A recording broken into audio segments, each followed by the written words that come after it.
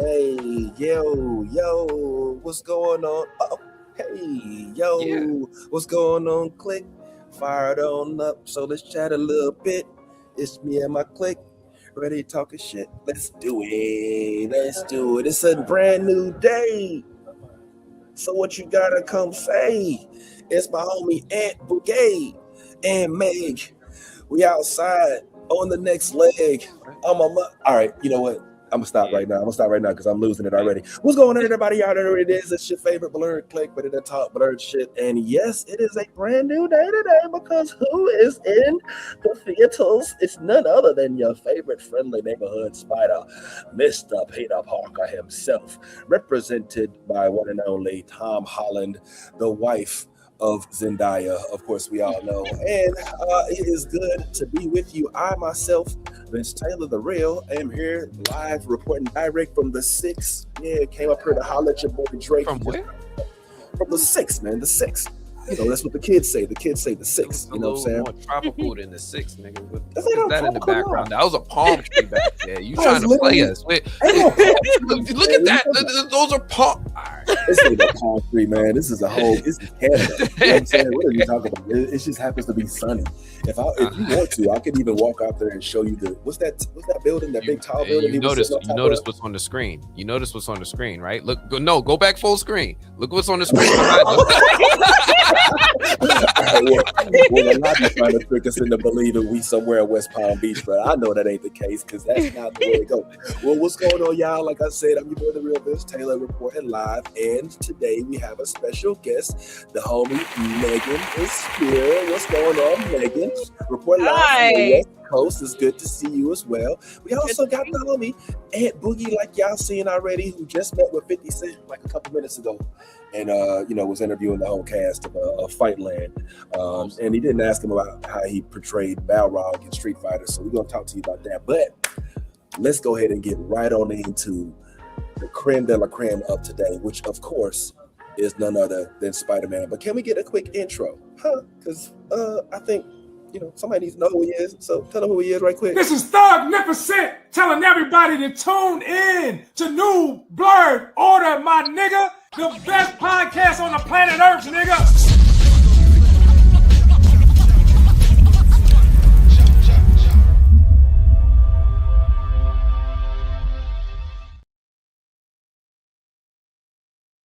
All right, I want to apologize for our esteemed guest. I feel like I may have just tainted. We being so vulgar, and she's just so sweet. She's like a Girl Scout. Oh, no. You know what I'm saying?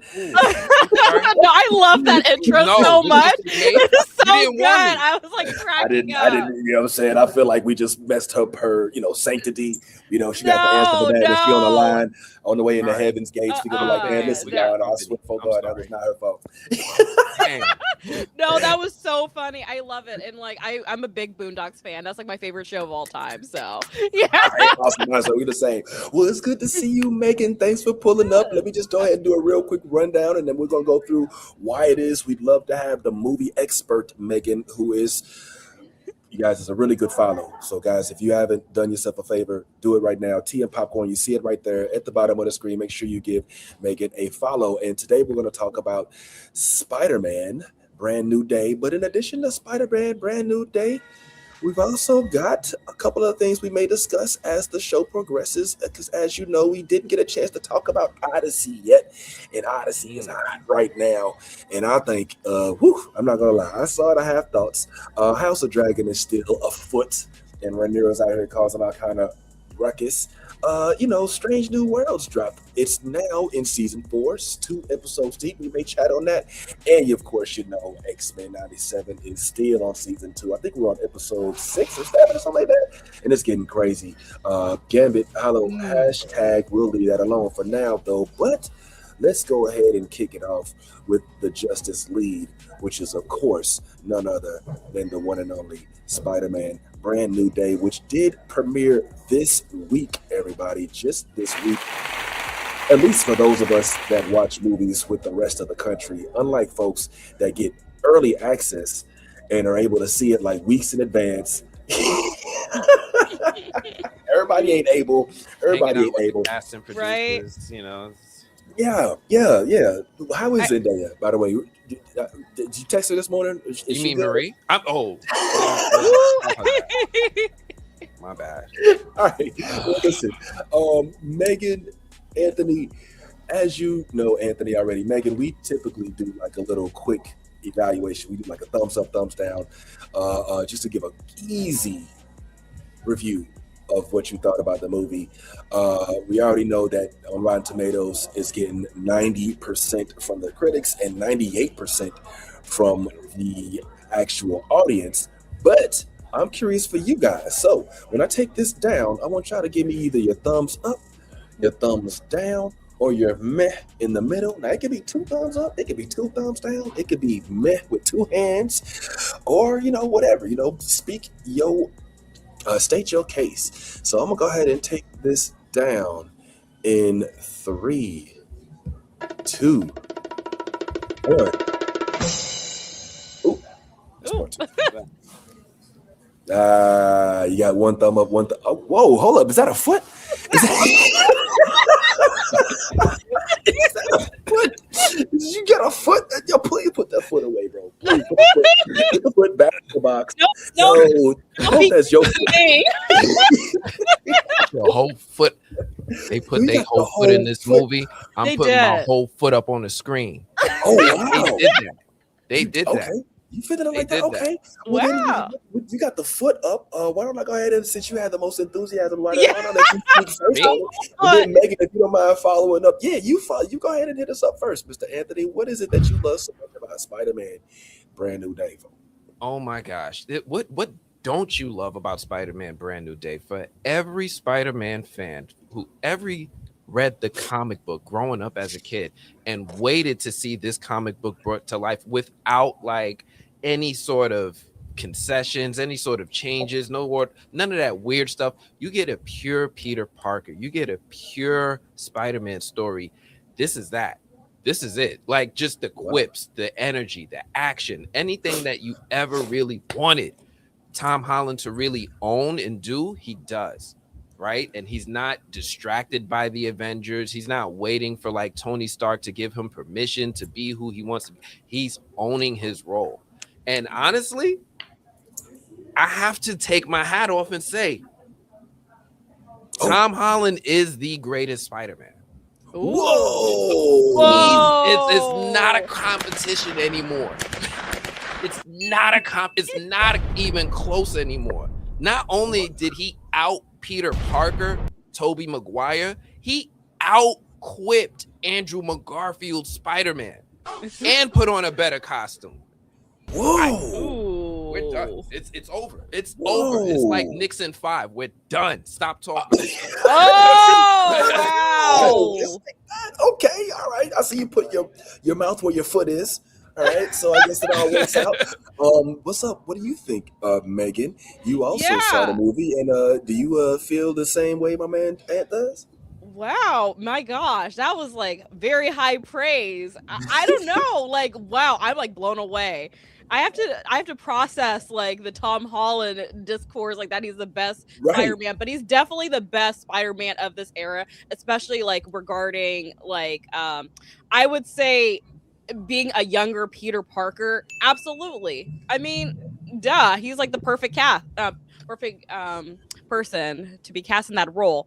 As for the movie itself, I had a blast watching it. I'm notorious for not being like the biggest like superhero movie fan. I'm very picky, but I do mess with Spider-Man. That's one of the franchises that I always mess with. So for this, it was such a fantastic follow-up. I mean, the cast chemistry is like amazing. I mean, duh. I mean, he's married to Zendaya, so of course their chemistry is great. But there's some instances where it's like people could be married and things in real life, but their on-screen chemistry sucks. It's not the case for them. Good point. Another thing that I really liked, and we'll get into it a little bit later, but I just liked how his character, it was both like kind of like grounded in realism. It was a little bit more dramatic, but it wasn't like, didn't seem like too much of a tonal shift.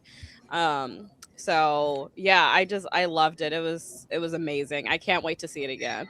Oh, see it again. Wow. I want to see it again. It was really good. And like the crowd was really good last night. So I saw it amongst everyone. I didn't get any like critics privilege to see it early. I didn't get any early screeners. So I saw it last night. The theater was packed. Like it was almost sold out. Like I was lucky to actually find a seat. Like it was that crazy. So yeah, it was a great time. The audience was locked in because usually sometimes when you're like seeing things with the general public, people like what go outside to take bathroom breaks. Sometimes kids could be restless. No, everyone was locked in. There was little kids there, there was adults there. Everyone was like hyped. So I loved it. It was a really good crowd. And here's something everybody may not know about you is that I asked you if you were able to see it in 4DX, and you said no, because they don't have it in my state. What state is that? Oregon. Yeah, I tried to see where the nearest 40X is, and what? Yeah, I know, it's so random. Don't skate over this. Don't just sweep this under the rug. We need to highlight this. Where? Oregon. You said Oregon. Where's that on the map? Is that like Oregon Trail? Like where they got sick blankets? What are we talking about? Yeah. It's a whole. I'm sorry. Yeah, why you put me on the screen? Don't mute me back. No. I just thought it was fascinating because when you say West Coast, most folks automatically go to Cali, maybe Washington. She was like Oregon. I was like, oh. You all right? Yeah. I had the pleasure of being in Oregon like once. I think twice. Well, Portland once, and then the other. And it's you can spot us out there. They probably got like a black act, like, oh, there's melanin in your neighborhood. I have so many questions. What is Oregon known for? Yeah. What is Oregon? How do you end up in Oregon? Like, is everything okay? Are you in the room? Yeah, it's fine. I'm sorry. Long story. Okay, all right. Maybe we ain't got time now, but we ain't got time. Spider-Man. I'm sorry. Okay, let's get back into Spider-Man. Okay, all right. Well, so it sounds like Megan does like it and liked it, along with the people that she saw it in the theater with. So that's a big deal. And the homie Anthony gave it 5 fingers, 5 toes. He's giving it all kind of accolades. Oh, and we have another special guest. I'm gonna go ahead and do mine real quick and then bring her in after that. But as for me, I did give it the 1 thumb up. All right. One. Now, all right. Let me preface this by saying, like, y'all know how I do about Spider-Man. Like, you've seen my cave. It's literally called a Spider-Man cave. I like live, breathe, eat, and everything else Spider-Man. So for me, this was a good movie. I don't have the 98% rating that everybody else has. For me, it's probably like a 7 or 8 out of 10. And I'll give my reasoning for it before y'all chew my head off. All right. For me, frankly, I was hoping to be introduced to either some characters we haven't learned about yet, or to maybe some characters that are new. And what was revealed in this, which we will get into, is please excuse me as it's starting to get warmer in this lobby. And what was revealed about the villain, so to speak, was lackluster, in my opinion. And I wasn't a real big fan of it. I was thrilled at the introduction of said villain, which we will reveal. This is going to be a spoiled review, so don't worry. We will get into the spoilers in just a minute. I just want to start off with it. I want to kick people in the face. They just tuning in and like, oh, I didn't even know. But not that part. And also, as you all may have, those who have been viewing us for the last few years, you know that I said that Homecoming wasn't my favorite Spider-Man movie. Why? Because it was heavy on the Iron Man. A lot of Tony Stark took up the script, took up a lot of lines in that script. Well, this one was pretty heavy on Punisher, and I wasn't a huge proponent of that, especially given the dynamic juxtapositioning of the different dynamics of their superheroism, so to speak. Although they did address it, which they do in the comics as well, so not surprised about that. But man, I guess for me, and I'm gonna take a step back and bring in our other homie for a moment, just before I go too deep into it. For me, the element of dastardly, the element of overwhelming evil, the element of threat, it never really sank into me. Now, they did a good job with kind of freaking me out with the whole the telekinesis. I mean, telepathy and all of that. But man, it I just feel like it felt a little bit short for me, and I left unfortunately slightly disappointed.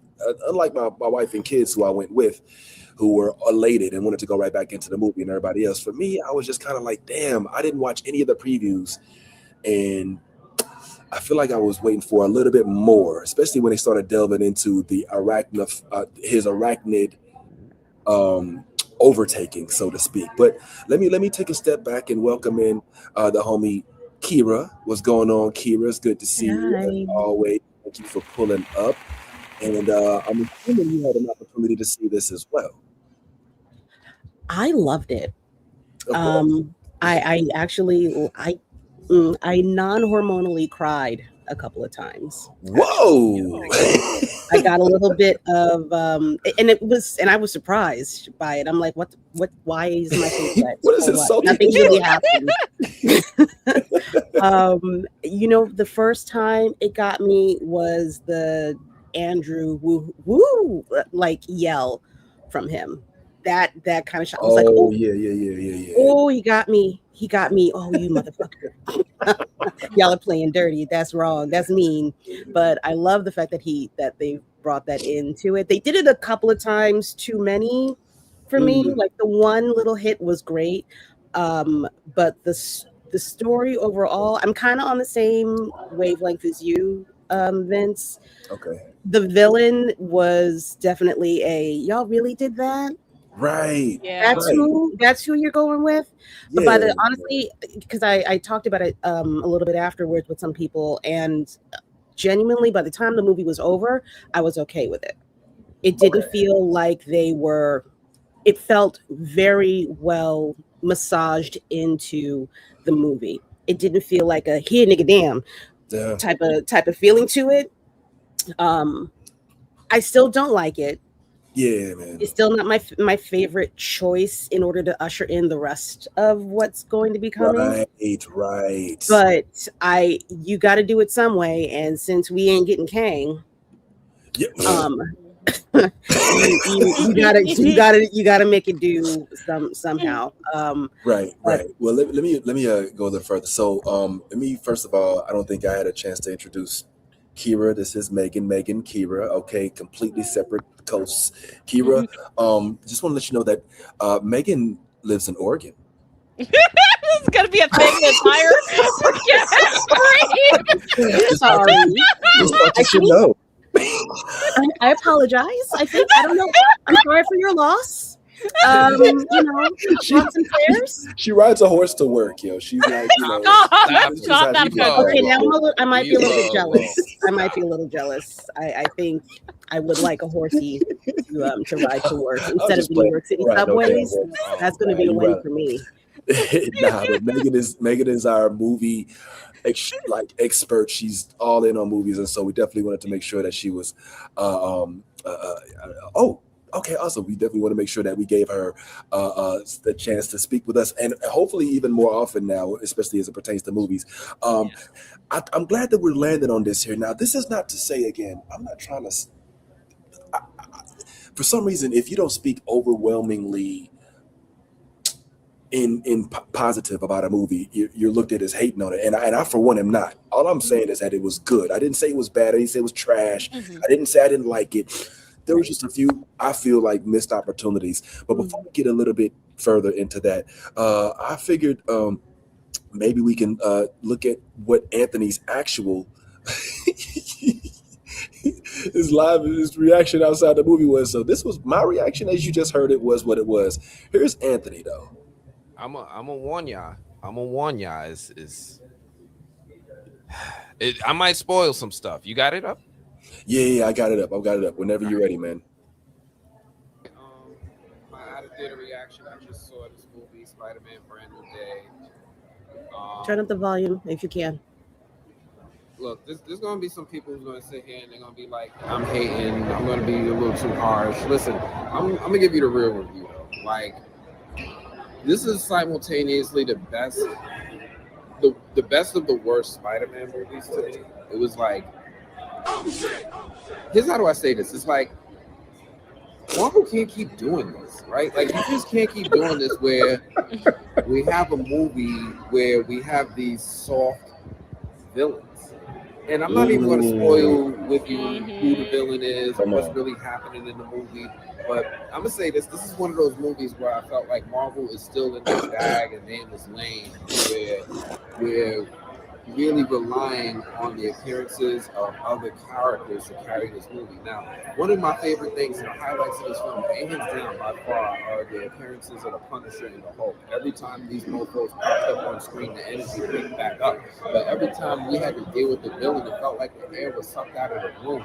And I can't keep doing this. It's like, why do we keep having to have these villains that are supposed to be redeemable? Why do we gotta keep having these villains we feel sorry for? Why do we gotta keep having these villains that are supposed to just be misunderstood? Like, what was about like Green Goblin? We came from Green Goblin to this?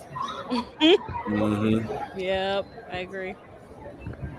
I mean, like the action's on point. Like, what am I like? I seen Spider-Man do Spider-Man things. He's doing like some really cool things with the webbing, with the spider sense, with the battles, with the fights.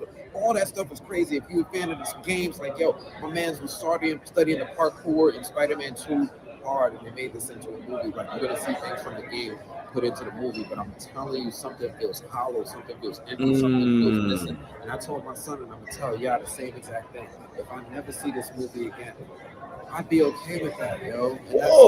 That's not how I want to feel about a Spider-Man movie. I want to rush. I want to feel like I need to rush back in to see it. And this one is just like, I'll take some scenes of it. Some. Listen, and one last thing. For the internet, I come up with better ideas than some of the stuff that people do. So I'll just say that. Anyway, that's all I got for this one. Check it out. Peace. See it if you want to. Go see it. That doesn't sound like the review of a man who gave 10, who put his foot on the screen. Yeah. Literally give it 10 toes. Like you literally quite confused. Yeah, man. Like, which one are you? I had to sit on it. I had to honestly. There was so much that was wrong with the movie that we forgive, right? Like, right. For example, there is no villain. Honestly, yeah, there isn't. Honestly, there is no. No. I disagree. Or if you want to say there is a villain, you can say this: Marvel keeps redoing the same thing. This movie is Spider-Man and Punisher the movie, aka Deadpool and Wolverine, right? Yeah, which will have a real villain, and there's an organization that's manipulating things. That's the real villain, and reheating the nachos. And then not only that, they kept cherry picking from other movies. They went further, right? I walked out of this movie. I said, "Tell me this ain't Spider-Man: Brave New World." Tell me this isn't Spider-Man: Brave New World. Yeah, I mean, So for those, we're gonna go fully into it. Okay, like let's keep it 100. No. You don't be sorry. Don't be sorry. Let's keep it 100. The Hulk was one of the villains in this movie. Low key, yes. That's not right. He's misunderstood. No, man. Right. You know what I'm saying? And don't get me wrong. I don't know about you guys, but obviously if we're seeing it on premiere, sorry, and I know you saw it in Tom Holland's living room on the screener or something, you know what I mean? But for those of us normies that saw it with the rest of the, general public, when we saw Hulk finally, my bad, Michael B. When we saw Hulk finally come back, it was we were celebrating, right? Like my theater erupted. My theater erupted. They were like, because it's been since Infinity War, since we've seen Hulk. Right, like Hulk has gone into. He couldn't get it up, so to speak. You know what I'm saying? For like a few movies. You know what I'm saying? He's been kind of low key stuck on Smart Hulk, and then he was a different Hulk, and then they gave a She-Hulk, and then we got Sakaar, and now we're finally getting Hulk back. I mean, that look, they canceled She-Hulk, so that's y'all fault. Y'all CGI so bad. All right, whatever. But anyway, so my thing is like you can't make me love somebody for the first, like, omnibus, if I could use a Pink Riot word. I know it's not a Pink Riot word, but you get me. For the first, like dozen movies, and then turn around and try to make me, like, afraid of him. Like, I'm like, Bruce, you're not going to kill Peter. Shut up. No. I was never, like, at no point in time was I like, oh, my God, what's going to happen? I was like, so it's Hulk. All right. Yeah. All right.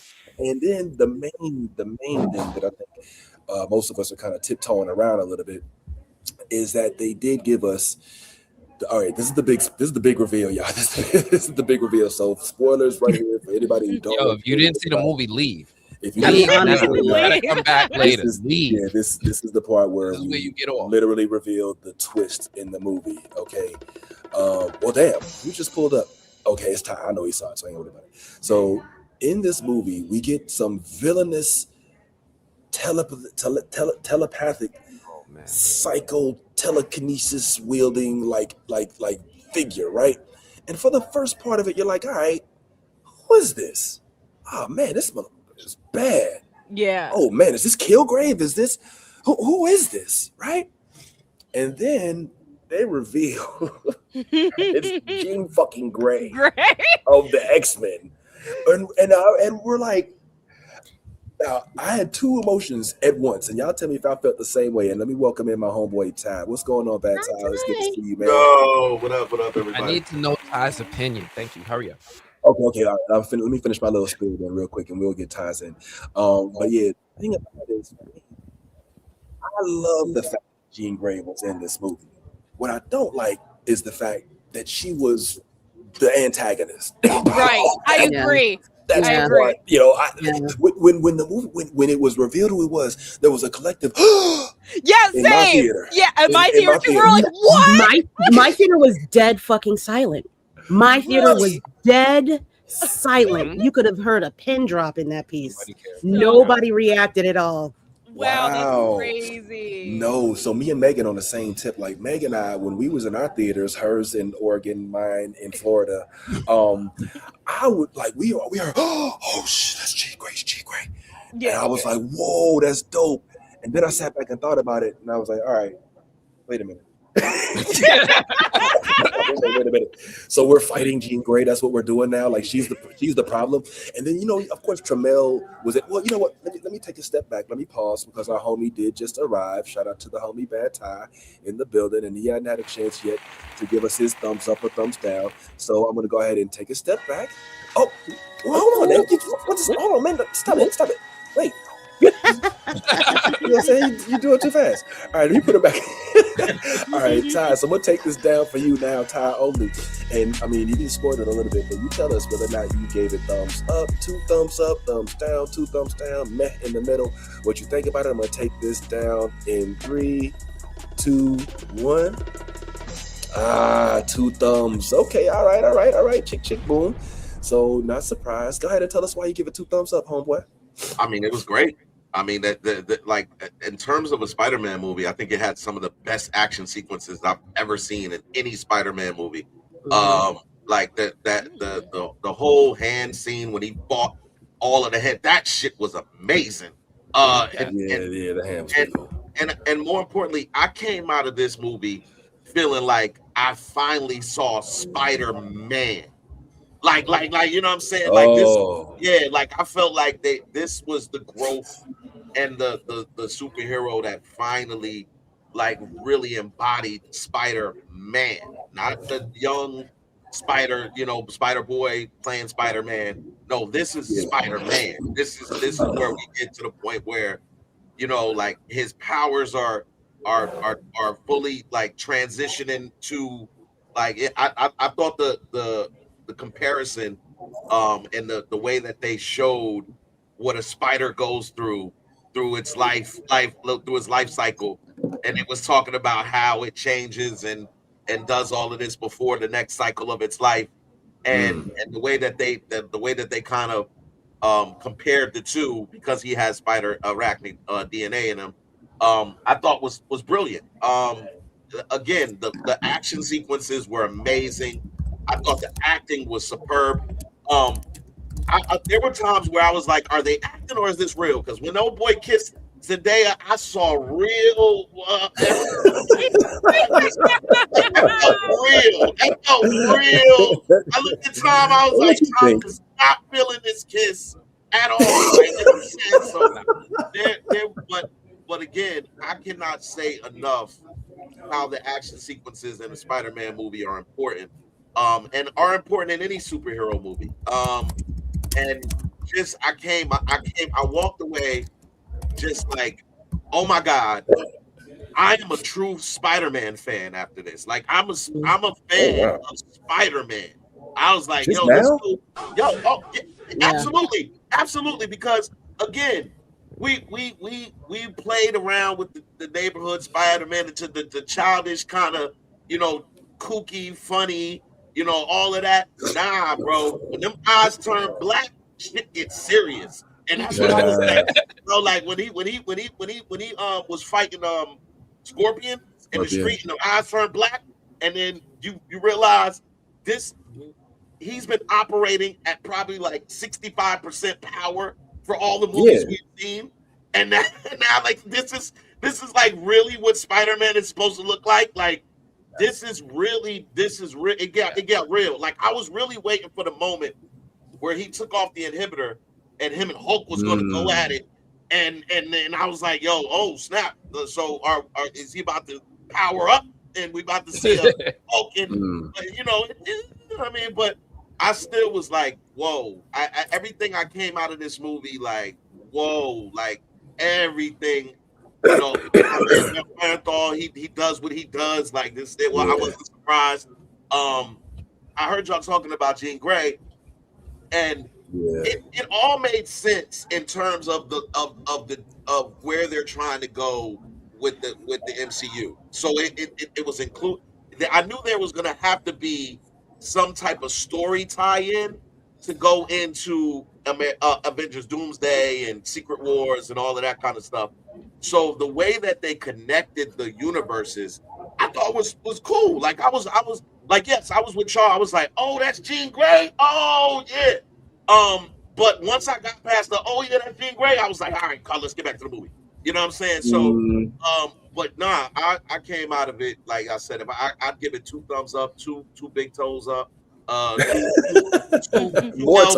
two elbows, like, and it's so crazy that Zendaya and Tom Holland are part of the 2 biggest movies of 2026. Like right now. Like it could go either way. They like, I wouldn't be surprised. And they was like, oh, we're gonna give an award to Spider-Man New Day, too. You know what I'm saying? So Zendaya and Tom can go up there and stand hand in hand with each other and win all these awards. But nah, it was I cannot say enough. This was, and I'm gonna go on record and say it. For me, this was the best Spider-Man movie I've seen yet. Whoa! Yes. Wow. Yes. I'm saying. I respect it. I respect it. I respect it. Really? Okay, so you wow. Elbows, knees, and toes. All right, well, your comments are cracking me up. What you see? Elbows, knees, and teeth. Yo, I'm putting. It's just like, wait, I know we're talking about Spider-Man. I'm person said she's at work. Get back from the left there. You know what I'm saying? Like, this is doing crazy. Yo, okay, wow. So you legit feel like this is better than No Way Home? I feel like it's better than every Spider-Man iteration except the animated ones. Like, I mean, Spider-Verse, Into the Spider-Verses are they're classics at this point. They are amazing. But in terms of live action Spider-Man, this is the best Spider-Man movie. Yeah.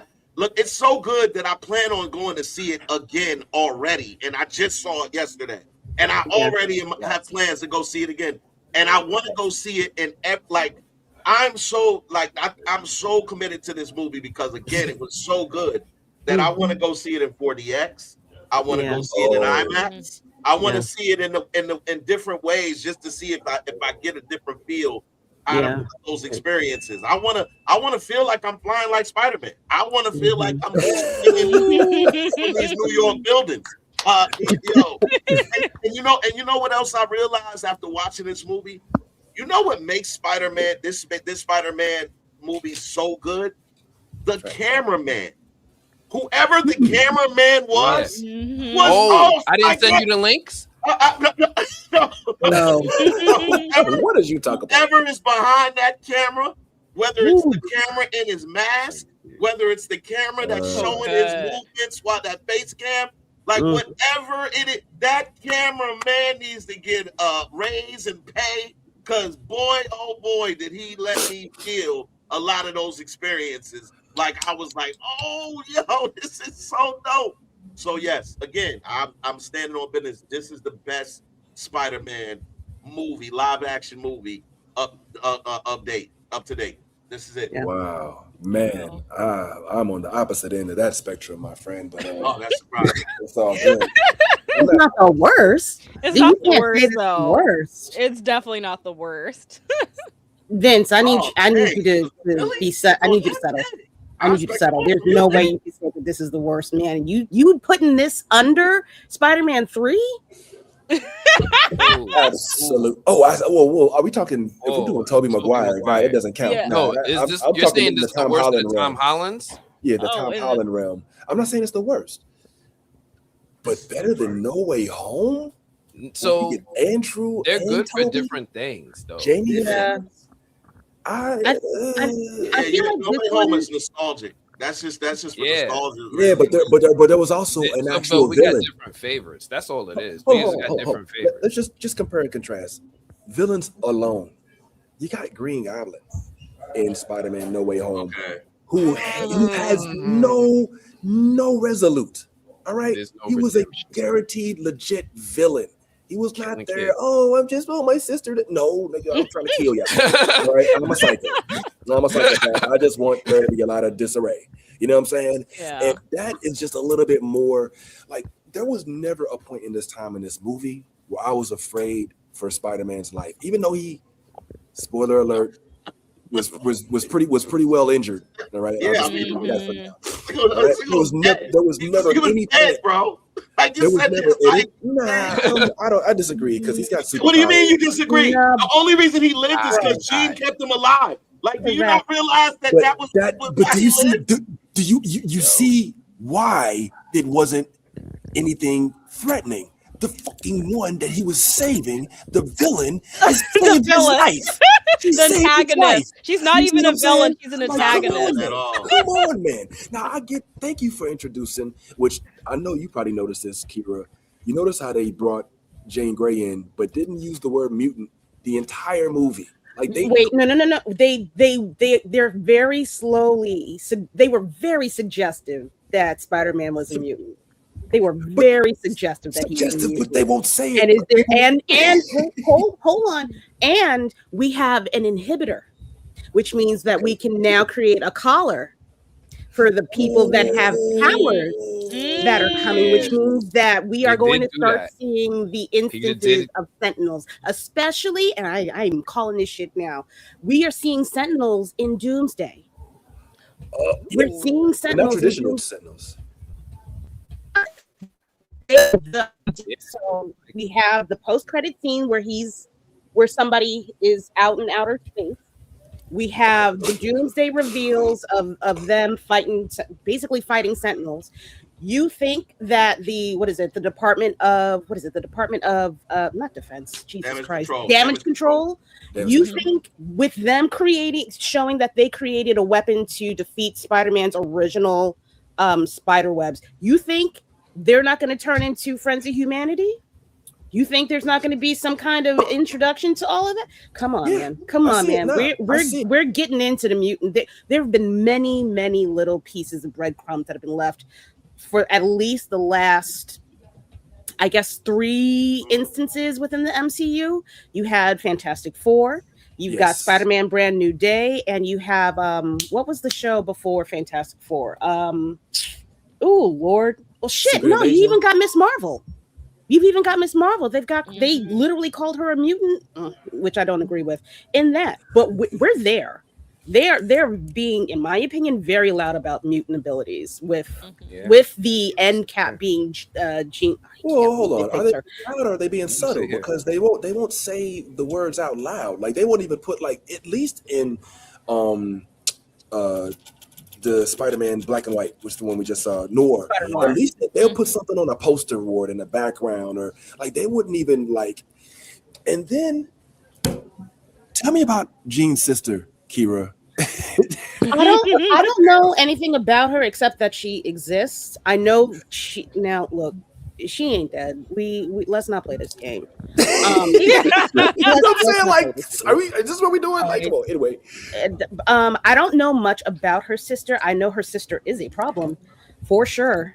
Go ahead, Aunt. Sorry. I looked her up a little bit. In the comics, this kind of happened. Jean Yeah. did have this thing where she was looking for her sister. From what I looked up, maybe I didn't see enough of it, but she didn't have powers. She And one other thing, real quick. That story ends, I believe, with Professor X showing up at her parents' house after she does some crazy episode, and then correct recruiting her to the X-Men. That's what confused me the most about this. Her parents are alive. Like her parents didn't. There's so many different iterations of her origin story. Not so many, but there's different iterations of her origin that they fudging a little bit with her character and how she comes to find Charles, if you will. Can I jump in real quick? Yeah, no. I want to this is going to sound kind of weird and contradictory, and Megan, I'm curious how you feel about this too. But I actually really like Jean's character. Like, it sounds like I'm hating on the fact that she was in the movie, but that couldn't be further from the truth. I loved Jean being in the movie. What I didn't like was that once we knew that was what it was, in my head, I automatically was like, okay, well, I'm not afraid anymore. You know what I'm saying? Yeah. Like, I don't care. Like, you know, like, so we know she's not going to, but here's what I loved about it. And I don't know, as a moviegoer, Megan, I'm assuming you probably recall, maybe, I don't know, I'm an old dude. So X-Men 1, like the very first X-Men, which had Charles Xavier played by Patrick Stewart, Ian McClellan played by Magneto or Eric at the time, not Magnus, but Eric. Charles Xavier used this exact power in a very crucial scene. If you recall, Magneto was in front of somebody's house, and Charles grabbed his neck using Toad. It was like, Charles. What did he say? He said, Eric, how long are we gonna have to do this? He's like, Charles, I know you're out there, Charles. And this was one of the best scenes of the movie. Yeah. But Jean harnessed this for her power throughout the entire movie. In fact, was jumping from body to body to body to body, falling style from Dizel. And I just thought that was hella dope. I just wish it had been a little more frightening. The fact that the biggest scare I got was when he was fighting the Hulk. It just took away from the, for me. Well, go ahead. I was asking Megan, but go ahead, Ty. What's up? I really just want to say that in terms of frightening, right? Anytime you can freeze almost a whole city of people in standstill motion and have the ability to, in that moment, decide their fate, because she could have killed every last one of those people that was suspended in that suspended animation thing. She could have killed them. All she had to do was make that decision to kill them, and they would have been dead. Which is why the Punisher looked at this situation differently than how Tom looked at it, how Spider-Man looked at it. He was like, yo, I think he said, this much power, or you saw what the girl can do. Like, you either handle it or I'm going to handle it my way. I think coming out of that situation, you think about the powers that be and how they look at these events that happen in New York. Because, New York has always got some events going on, and then the legislation and all that comes down.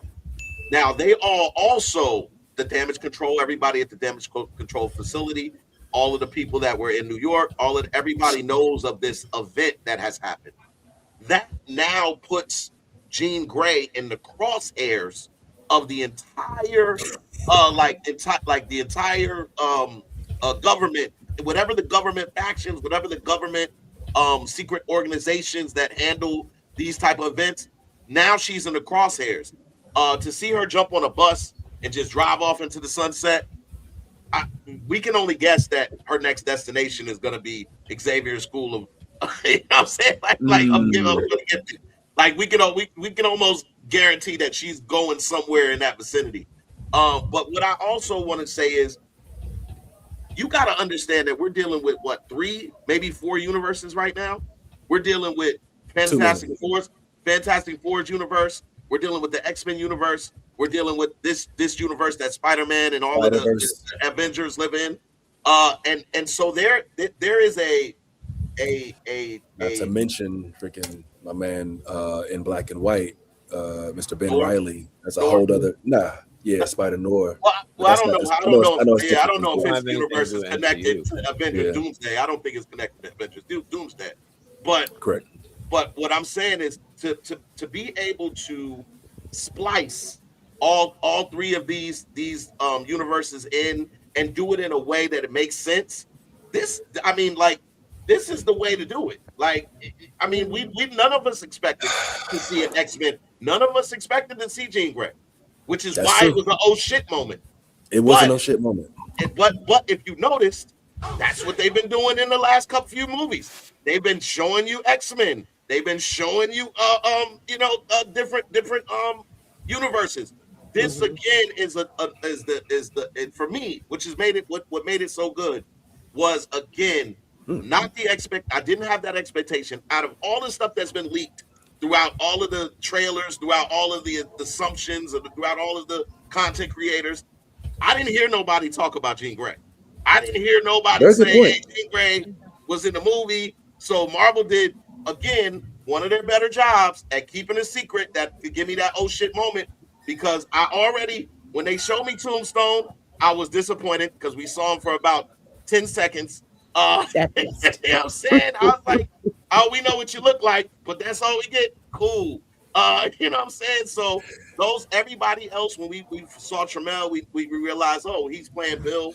And we need to talk about that. You know what I'm saying? So like all of the stuff that everybody talked about online that we was all like, oh, like I bet he's Norman Oswald. I bet he's this. I bet he's that. You know what I'm saying? We didn't have none of no Jean Grey information. We didn't have no Jean Grey information. So that to me was cool. I was like, yo, that they did that seamlessly. She was the antagonist. It made sense why she was doing what she was doing, and to see the way that it all turned around, it all transitioned from her being having that kill mentality after she found out that her sister might be dead. Because anytime somebody says, we thank your sister for her sacrifice, that shows some finality to me. I'm like, oh, they killed her. Oh, and then you look up at the ceiling the whole time she's been looking for VMAX, and you find out it's a vent. It's a vent. Mm-hmm. Oh shit! Oh, she couldn't read it. She couldn't read the whole vent because the thing. I was like, yo, that's dope. That's the, like, yo, yeah, man. I don't know, man. Dope. That was a good reveal. I loved that. I don't know this movie. Yeah, you like that part, Megan? Yeah, I did. I mean, like, here's the thing about like the whole Jean Grey thing, her being the antagonist or like villain to a certain extent, but the villain is actually like government entities. Yeah, I mean, I agree. Like, I would say if we were to just take it as like the movie, like, not really as the whole MCU. Okay. I think it's fine. Yes, it did kind of, the villain, quote unquote, was less scary after that reveal, and then after seeing her backstory. But I do agree that I do agree with Anthony. Like it is really frustrating that we just don't get any true villains like that, where they're just bad the entire time. And then like there's also like Marvel has a problem with this, but also just Disney in general has a problem with this.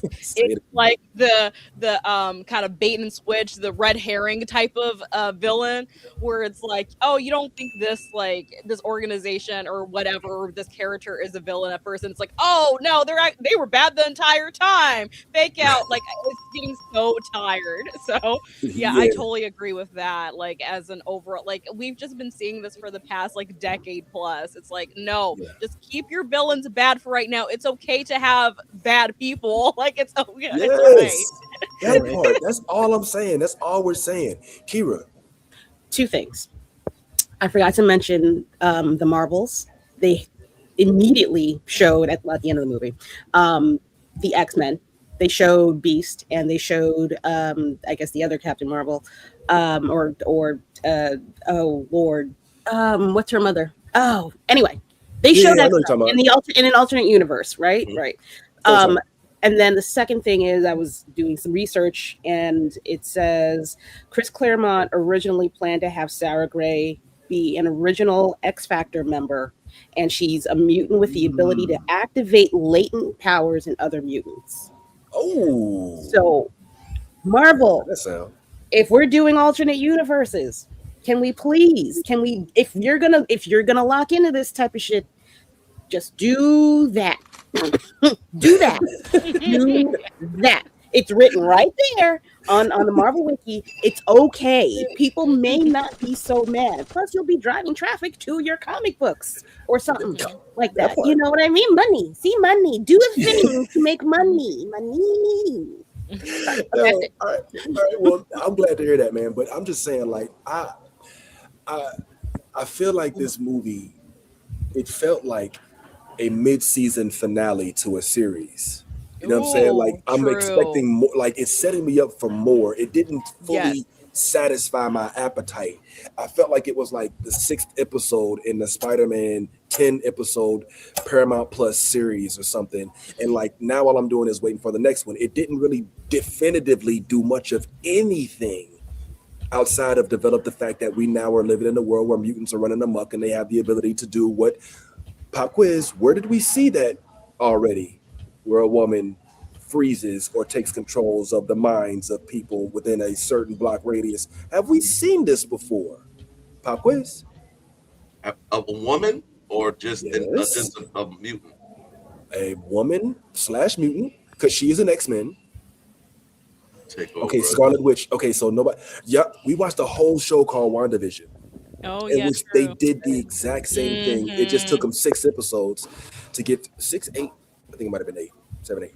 But it's like, okay, we've seen it before, Marvel. Now I'm not. Again, it sounds bad because I love the sequences. I mean, I would argue with you that the best swing sequences in any Spider-Man movie came in Spider-Man 2 with Andrew Garfield, where he fought Electro.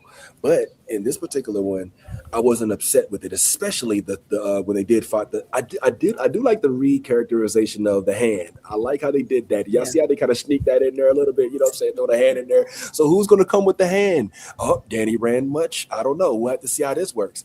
But now we've gotten all these characters, and I just feel like it was more like a reunion rather than us actually getting a new way to step forward. We know Punisher. We literally just watched the hour-and-a-half special with the Punisher. We know Hulk. He's been in like damn near every movie. We even know his son. We know his cousin. You know what I'm saying? Come on, give me a break. Like we know all these people already. We even know multiple versions of Jean Grey. You know when they failed with the Phoenix movie, and now they're giving us this new ability to give us a new. So I'm just like, come on, man. This was a perfect opportunity to give us like a Submariner. To give us like somebody who I mean, shoot, if you want to be really that bad, give us another killer. That well familiar with. Why are we being introduced to as the main source of villainy heroes? I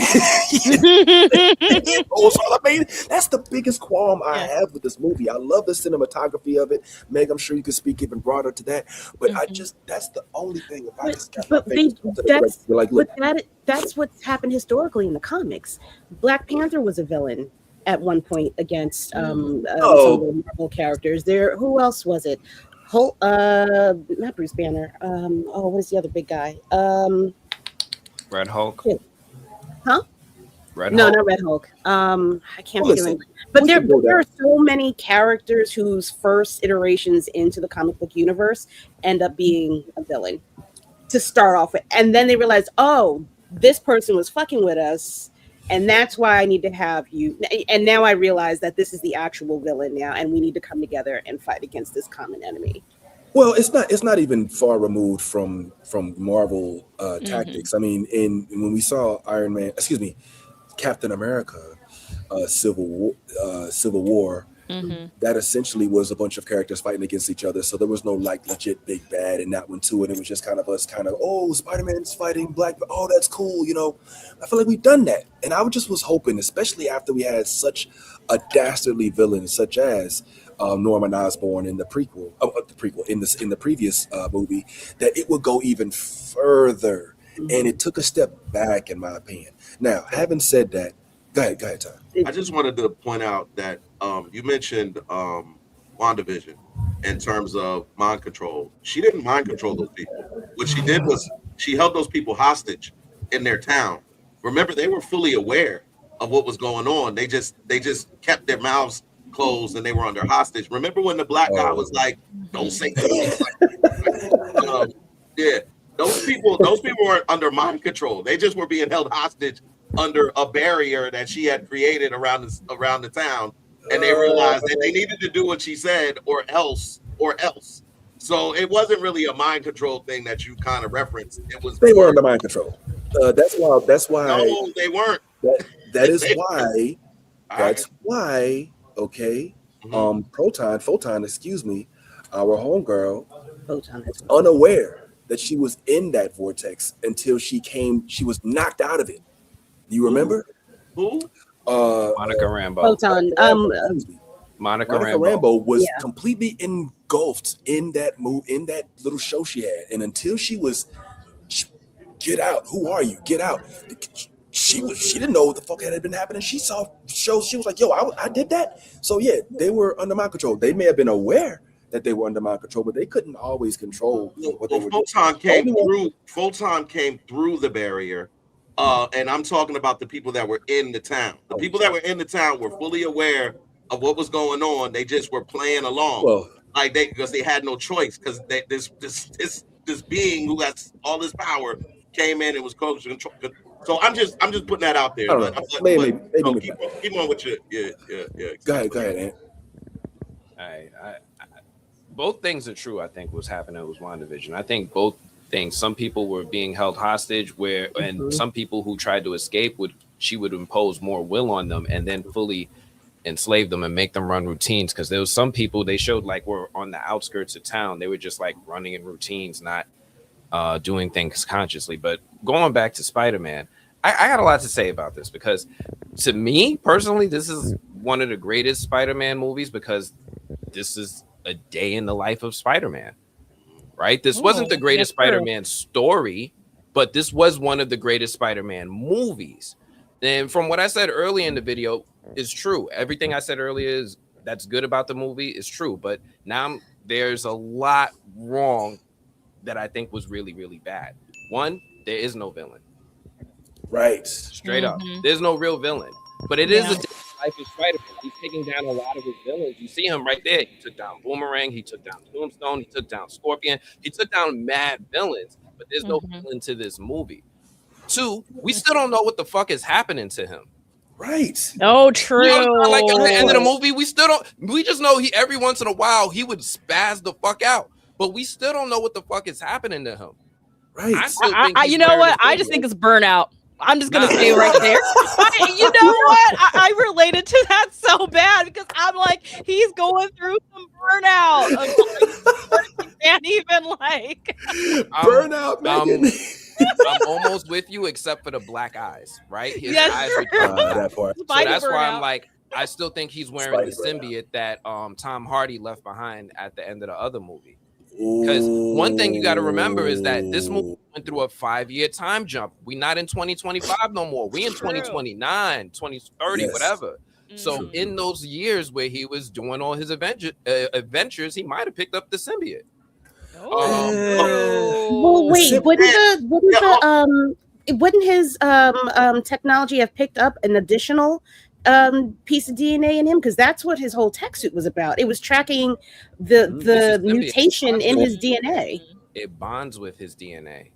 And he's looking for spider DNA. He's not looking for alien DNA. He has to know what to look for. DNA is like that. You have to know exactly what you're looking for. Oh, is it like that? It would have detected a change. No, it would have detected a change. It's built to detect any anomalies in his system. It wouldn't have been able to identify it, necessarily, but it definitely would have been like, nah, there's something like he did with his own DNA. Before we even get on to that, because I could talk about the symbiote. There's still a lot more wrong with this movie, right? One, they redid the plot of Captain America: Brave New World, right? They redid the story of Wanda going bad and the story of Doctor Strange and the whoa. Can I pause you? Why? I missed the redoing the plot for Captain America. Yeah, talk to me about that. With the hero taking on a Hulk mid-movie for no fucking reason, just having a Hulk just show up and just be the star of the promotion.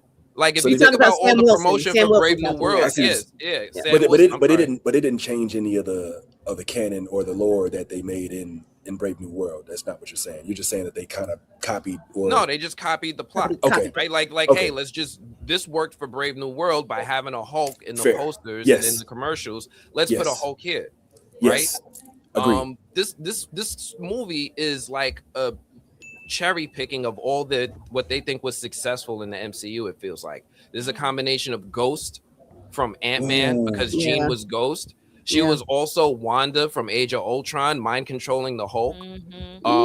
There you go with the Captain America: Brave New World with the hero fighting the Hulk. Then you got Deadpool and Wolverine with Spider-Man and Punisher. Then you got Multiverse of Madness with Jean being the misdirected villain. And Thunderbolts with her taking control with part of the city. Now, I don't like the idea of just looking back in their past and just cherry picking the things that people connected with, and then Frankensteining that into a Spider-Man movie. I hate that I love the movie more because the Spider-Man of it all is making me forgive all of these things. Right. But these are things that would normally sink a superhero movie. If this was any other superhero movie, I would never be this forgiving. If you would have said you gave me Spawn and there was no villain, I would have been like, what the fuck are we doing here? Why did you waste my time? Right? Like if they would have did some shit where they just did a new DC movie with Justice League and they just redid the things that we love from the Marvel movies and brought them together like the Avengers, we would have been like, why'd you waste our time? True. Yeah. But because it fits better with him, is that his fault? You forgive it because in the day in the life of Spider-Man, the type of crazy stuff he experiences in a day, and they set the pace of that from the beginning. It started with that montage of him just going through like 10 villains like nothing. It's like whatever, this just happens clearly. Day in the life of Spider-Man. But I still want my question. Just because he did it better later, does that mean he doesn't deserve the praise for the way that this movie worked out? I love the way that this movie worked out. I hate the idea of Marvel turning this into a formula because they started to feel that trend. We're already concerned about Avengers Doomsday, right? And this feels like the ultimate culmination of an experiment. They did it a little bit with Deadpool and Wolverine. They've been putting the feelers out with having people cameo and other stuff here and there. I don't know. I'm not gonna hold you. I'm not looking forward to seeing Doomsday, and I'm probably not gonna go. Whoa! I'm genuinely. I'm not gonna. I'm telling you now. I'm not wasting my money. I'm not wasting my money. Let me talk to you as a friend. That's cool. Hold on. Slow down. Let's not judge too harshly. This still is the MCU. This still is the event movie. That's not going to save them no more with me. That doesn't save with me no more. It's about we need you, Kira, because on Saturday we're gonna be here, and if they fuck this movie up, we're gonna let them know. We need your opinion. Hold on. I didn't say I wasn't going to see it. I just said I wasn't going to spend no money on it. Read between the lines. We back. For a second. We back. It won't get a piece of my pop. Meg, were you about to say something? Looked like you. Yeah, for sure. So I would say one thing. I do agree with this being a really good a Spider-Man character study.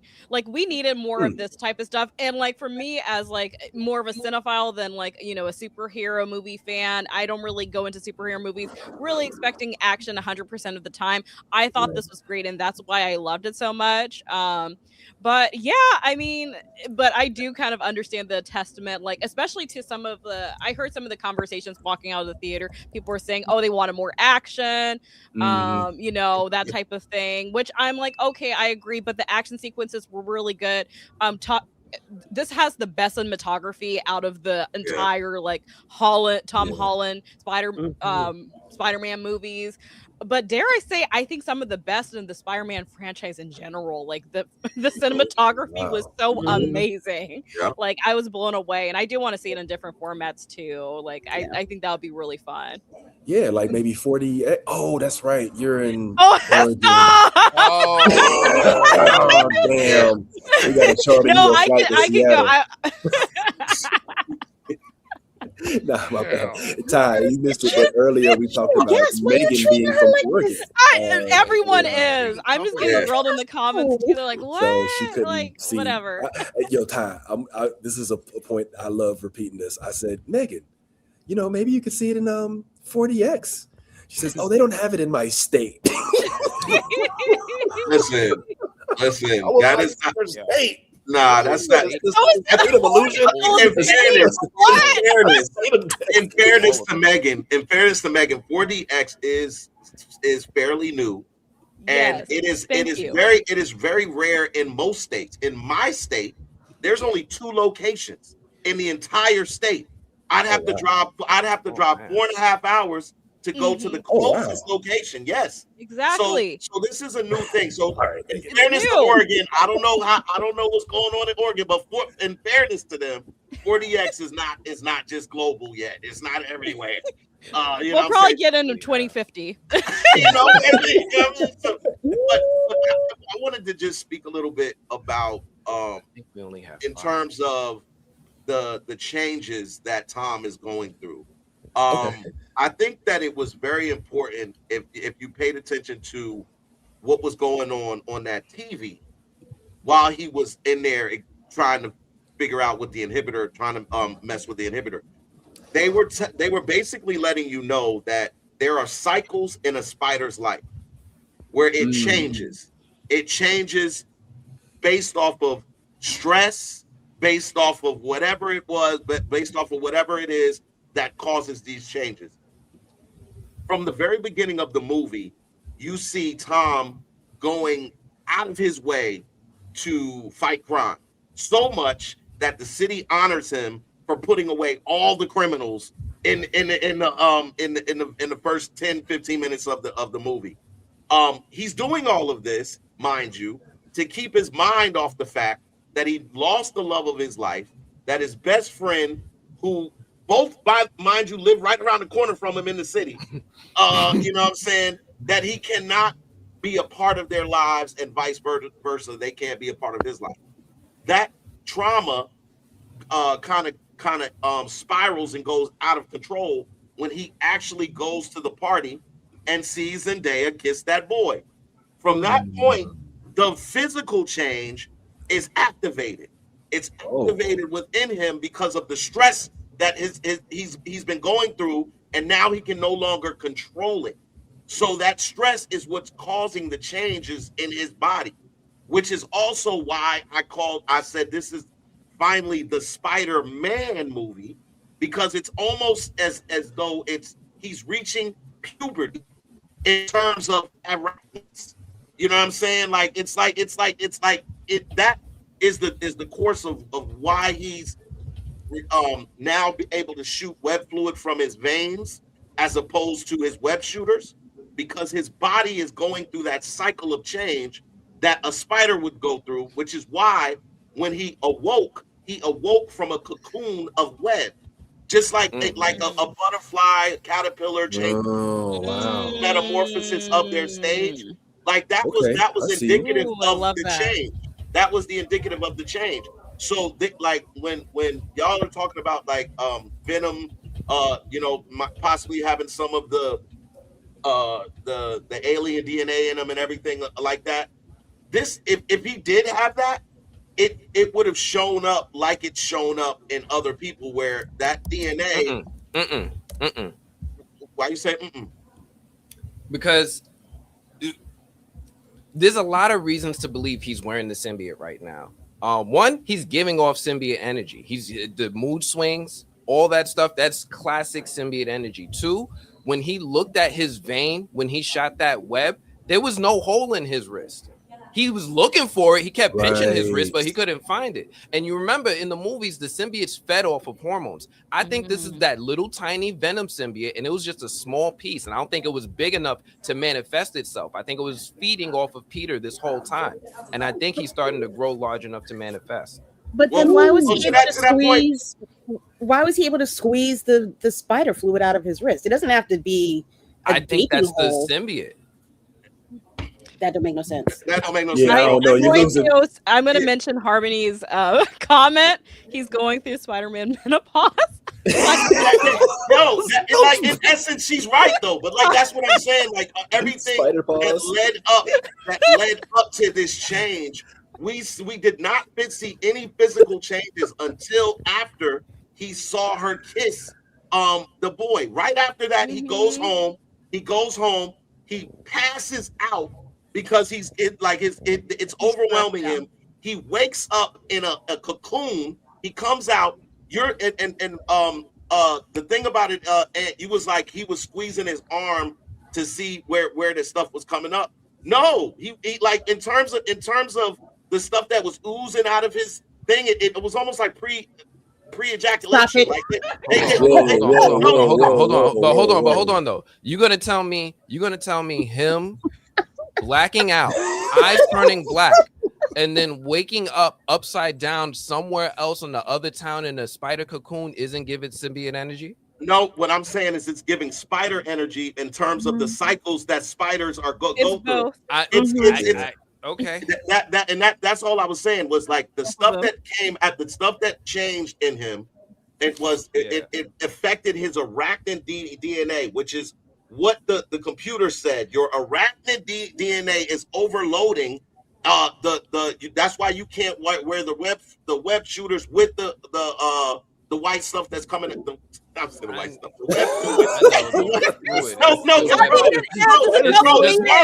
Marvel did. But think about that. That don't feel like the symbiote attacking his web shooters. A lot of it only attacked that. Can I say something real quick? A lot of people think Spider-Man is an allegory on puberty and life changes. So I think it all works out, and I think this movie is an indication of that. Yes. So what are you saying? The spider fluid? I mean, if this is puberty. It's puberty, menopause, whatever. Yes. Like it's his life changes. And they talk about the changes of the spider. After he saw Mary Jane, he had to get some energy. Can I pause this for a second? Can I just back this up into something? All right, let's not forget about the fact that Spider-Man. Peter at this point is in contact, or at least has spoken with Tobey Maguire, who did have who had biological web shootings. So there is a realm where one could say perhaps the interaction between the two of them could have put him in the mind space too. Now, I don't agree with this, Kira. Doesn't make sense. No. I'm trying to remember if Tobey Maguire woke up in a cocoon. If the same thing happened to him. No, he didn't wake up in a cocoon. But what he did do was wake up not knowing where he was in Spider-Man 3, which I know we don't talk about. It's like Bruno. We don't talk about it. It doesn't exist. But in Spider-Man 3, this has a lot of Spider-Man 3 colloquialisms. If you think about it, Spider-Man 3, he took on a different type of persona, as he got the emo fit and he was out there dancing, you know what I'm saying?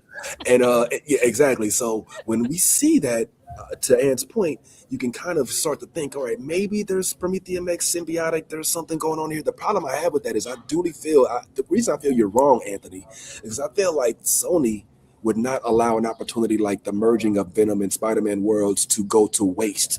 Like they would not let it be that subtle. And so I thought it was more of him maybe turning into a full spider. like The doppelganger type. cycle of You know the what I'm saying? cycle of the spider. Like they showed it on Right. the television to get I'm with you, Ty. Hold Ty, on. I'm with you. Hold I'm with you, on. Ty. I'm with you. Hold on. Less of the Promethean Maze, because where did it come from? There's no space shuttle. There's no J. Jonah Jameson. There's no moon trip where you can get the foreign entity from. It just came out of what? Him having bad memories of not being able to speak with his friends, and all of a sudden he's got No. Okay, the symbiote came from when Tom Hardy came into his universe and left a piece of it behind. But that That's was in what like I'm South saying. America. I'm saying it's been years. And I'm saying that small piece of symbiote found its way to Peter and has been feeding off of his hormones. And I think that when he had that little blackout, it spiked to the point where it could manifest to the point where, he can start to shoot webs with it. He can't manifest a full costume with it, but I think he can start to use it a little. And the way that it always reacted to when he put on his web shooters, not when he put on his other costume, not when he did anything else, just specifically his web shooters, it kept reacting violently. The other thing is that we have to remember, Marvel is always Marvel first before they're Spider-Man first. So more importantly than making a good Spider-Man story, they've got to make a good Avengers story. And let's not forget Secret Wars is coming, and they had that little after credit scene where they showed Spider-Man is off-world. Yeah. This feels like more of a setup for Spider-Man to rock his black suit in Secret Wars more than any other thing. Or Battle World. Yeah, that's what I was thinking. But I'm just Battle saying World. in that movie. Yeah, no. But real quick, Vince, the fact that we're dealing with multiversal Spider-Man and that we have more than one, we don't know which Spider-Man that was in space. We can assume that it was Tom, but we also have to understand that device that tracks Spider-Man. Oh, I see what you're doing. That device is based off of word of mouth. So whenever somebody sees a Spider-Man sighting, they report to that tracker, and then it tells you, hey, Spider-Man is in this vicinity. Oh wow! There's no way to do that in space unless there's another multiversal Ned that has created a different Spider-Man tracker that does work in space and works differently from the one that works in Brooklyn in the time that we're dealing with right now. So that's why I'm like that. There is the black. I do follow and I do understand that in Secret Wars, Spider-Man does don the black suit. But that is not prior to, but that's after Battle World, where which is after Avengers Doomsday, when Dr. Doom creates the one universe, and then all of the superheroes are on that one universe. So there's a lot, and I understand why Ant it has the opinion that it could be a symbiote, but all I'm saying is what they gave us, what we actually saw with our eyes, was based on the cycle of the spider. There was no reason for them to kind of really focus on that, because they could have turned the volume down on that TV. We could have not heard none of that shit. But the fact that the matter is that it was deliberate to understand what he's going through, the stress, the trauma, all of dealing with the emotional stuff that he's going through with the lack of having Zendaya, the lack of having his best friend, and that transformation is embodied by all of that stress and all of that trauma that he's been dealing with, but hasn't been dealing with. So I think that change is indicative of that. Can we talk real quick about how all of that shit is self-inflicted? Like, he could have literally just went around the corner and just been like, hey, listen, I'm Spider-Man. It's Peter. We know each other. Zendaya was like, yo, why the fuck didn't you tell me? What? Been here for 4 years. Why didn't you tell me? Like, yo. And then he goes up to Genki and they do the handshake and he's like, bro, why did you do this to yourself? Why did you torture yourself for 4 years for no reason? You could have been told them. It wasn't no reason, and the reason he initially did it was to protect him. Yeah, no, that's why he did it. But I mean, like, as soon as the spell was over, like, all right, now let me swing back around the corner and be like, hey, let me just. No, May just died. There's no way. He literally said the reason why I didn't want to tell you is to protect you, because the last person that knew, Aunt May, rest in peace, died. And so I did not want that to happen to y'all. Y'all deserve to have your own life and be safe. I wanted to see y'all live. That was literally his reasoning. Self-inflicted. And Which she is making the decision all by love. himself. How much he loves Spider-Man is about. It was well intentioned, but it's self-inflicted, and it's not his decision to make by himself. That is literally Spider-Man's whole fucking shit. And He that's why I will love it. not. He is self-sacrificing to the end of his life. He will not put anybody else in harm's way. That's his whole fucking foundational. That is very true. That is very true. The whole. I was gonna say the whole entire existence of Spider-Man is, I mean, which is why I loved it so much more than like Superman and even well, I don't want to say Wolverine. Wolverine was almost as equally like painful, but it's the fact that Spider-Man could never be happy. Peter Parker specifically. Spider-Man played the role because he was a character, right? Like he was the upsided, energetic, strong, masculine, heroic figure that's in Peter Parker's mind that can come out when he's able to exude all of the power he has.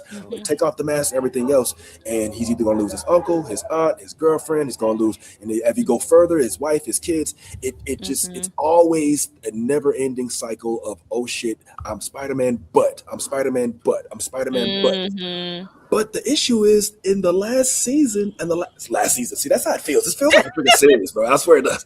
In the last movie, did not, and correct me if I'm wrong, did Peter say to MJ, "I'll find you, no matter where you go, I will find you." He did, and he did. I mean, he didn't say, "I'm gonna find you, tell you who he is, and we gonna hook back up." Correct. And I'm gonna watch over you, I'm always gonna protect you, type deal. Don't worry, I'm always gonna be there. So real quick, I'd like to, because we gotta wrap this, because we gotta talk Odyssey. We gotta talk Odyssey. We've got the homie Meg here. She's in Odyssey. You've all seen it. So we're gonna start wrapping this up. But I just want to kind of just list off some of the things that I loved and some of the things that we probably could have done without. All right. Here's what I loved. I loved Jean Grey bringing in this movie. Let's just keep it real. It's phenomenal. I hated that she was the big bad. that sucks. All right, don't bring in. It's like what if they brought in? You know what? Let me just say this part real quick. I know nobody saw Madam Web, but Madam Web's villain was better. I saw it. Madam Web's villain was better than this. Like, it was an actual Spider-Man that was actually evil. You know what I'm saying? He was evil the entire time too. And there was no like, oh well, he's my old friend. It's like, no, he's a bad guy. You know what I'm saying? And I like that part about it. So I love that. I love including Hulk and I love including Punisher, but not to the extent where they start to make up the bulk of the screen time in the movie. Let's come on, like Spider-Man is a big enough franchise to hold his own. He does not need supporting cast. I don't like how they gave us a boyfriend for MJ, and we don't know who the fuck this nigga is. Like, who the fuck is this? Who is you? Somebody that can be replaced. Clearly. She didn't even like this dude. I thought they were going to go into that a little bit further too. I agree. Come on, you know what I'm saying? I just circle back because I know I'm repeating myself, but I love the element of Jean Grey being exposed prior to her introduction to Charles. Chef's kiss, love it. Love seeing her uninhibited, because we all know that Jean Grey, when she meets Charles, becomes a completely different character. She's subdued, she's subservient, she's a little less, and then she meets Scott, blah, blah, blah, blah. But I love the fact that I didn't like the big bad stuff. I liked, including Scorpion, I liked the reintroduction of the Hand. I feel like we could have got maybe a little bit more of the Hand a little bit, because I like the ninja shit, you know what I'm saying? I don't like the ambiguity circling around the fact that me and Megan, Kira, Ty just had a full-blown out, this is what the fuck happened with regard to what's happening to Peter, says that they didn't really tell us what the fuck is really happening with Peter. Like, we don't know. The man's eyes are turning black. We're like, oh, he's a symbiote. Oh, no, he's in puberty. No, he's in menopause. Like, nigga, what the fuck is it? Like, and I know Ty's like, well, yeah, he's becoming a spider. Well, yeah, that's what it said on the screen. But why? And you're like, oh, well, because his emotions. He's felt this way the whole time. So he saw her in the coffee shop before. Why not then? You know what I'm saying? All of a sudden. I love how we keep calling her Zendaya. She's Zendaya. That's what she is. She's Zendaya. One name only. Yeah, one name. I don't like the fact that they did not tell us why Ned now knows the secret handshake. What happened? Does he have something in his mind triggered as well? Did they forget about them completely, or did they just suppress their memories? Explain. So these They are made Ned magic. Did you forget in the last movie? Ned is magic. Ned you're is right. magic. You're right. You're right. He is a whole freaking Doctor Strange. He's a whole Doctor Strange. So, that part's pretty cool. But yeah, he missed their whole spider years, which basically makes Peter, I guess, a college dropout because he went to EU and they were like, "Do you go here?" He was like, yeah, no." But yeah, so those are some things, and I would like, if you all are open to it, I'd like for us to continue our talk about Spider-Man. Maybe not all this week because we're running low on time a little bit, and we want to get to some other topics, especially the one with the other Tom Holland and Zendaya movie. But yeah, this was a blast. I still give it like an 8 out of 10, maybe even a 7.5, not the full 10. I still don't. I put this in terms of my ranking. If I'm being honest, I'm putting this like almost at the bottom of the tier when it comes to the Tom Holland versions. For me, it's far. Yo, respectfully, for me, you and that by yourself. It's No Way Home. It's No Way Home. Far From Home. Then what is this? Brand New Home. Brand New Day, and then Homecoming. So that's the order for me. Like I loved the inclusion of the other Spider-Mans way better, and all the other villains. Don't forget that. I love the redemption arc for Garfield. All right, and then I loved them going outside of New York, which is something that you rarely see them doing in the Spider-Man movies, which is what happened in Far From Home. They were literally on a European tour. So other than that, yeah. So all y'all that's putting this to the top, good for you. For me, that's where it stands. I know I'm an outlier on this, so I'll leave it alone. But what was that Rotten Tomato meter audience? Yeah, blah blah blah blah blah. 98. You in the 2%.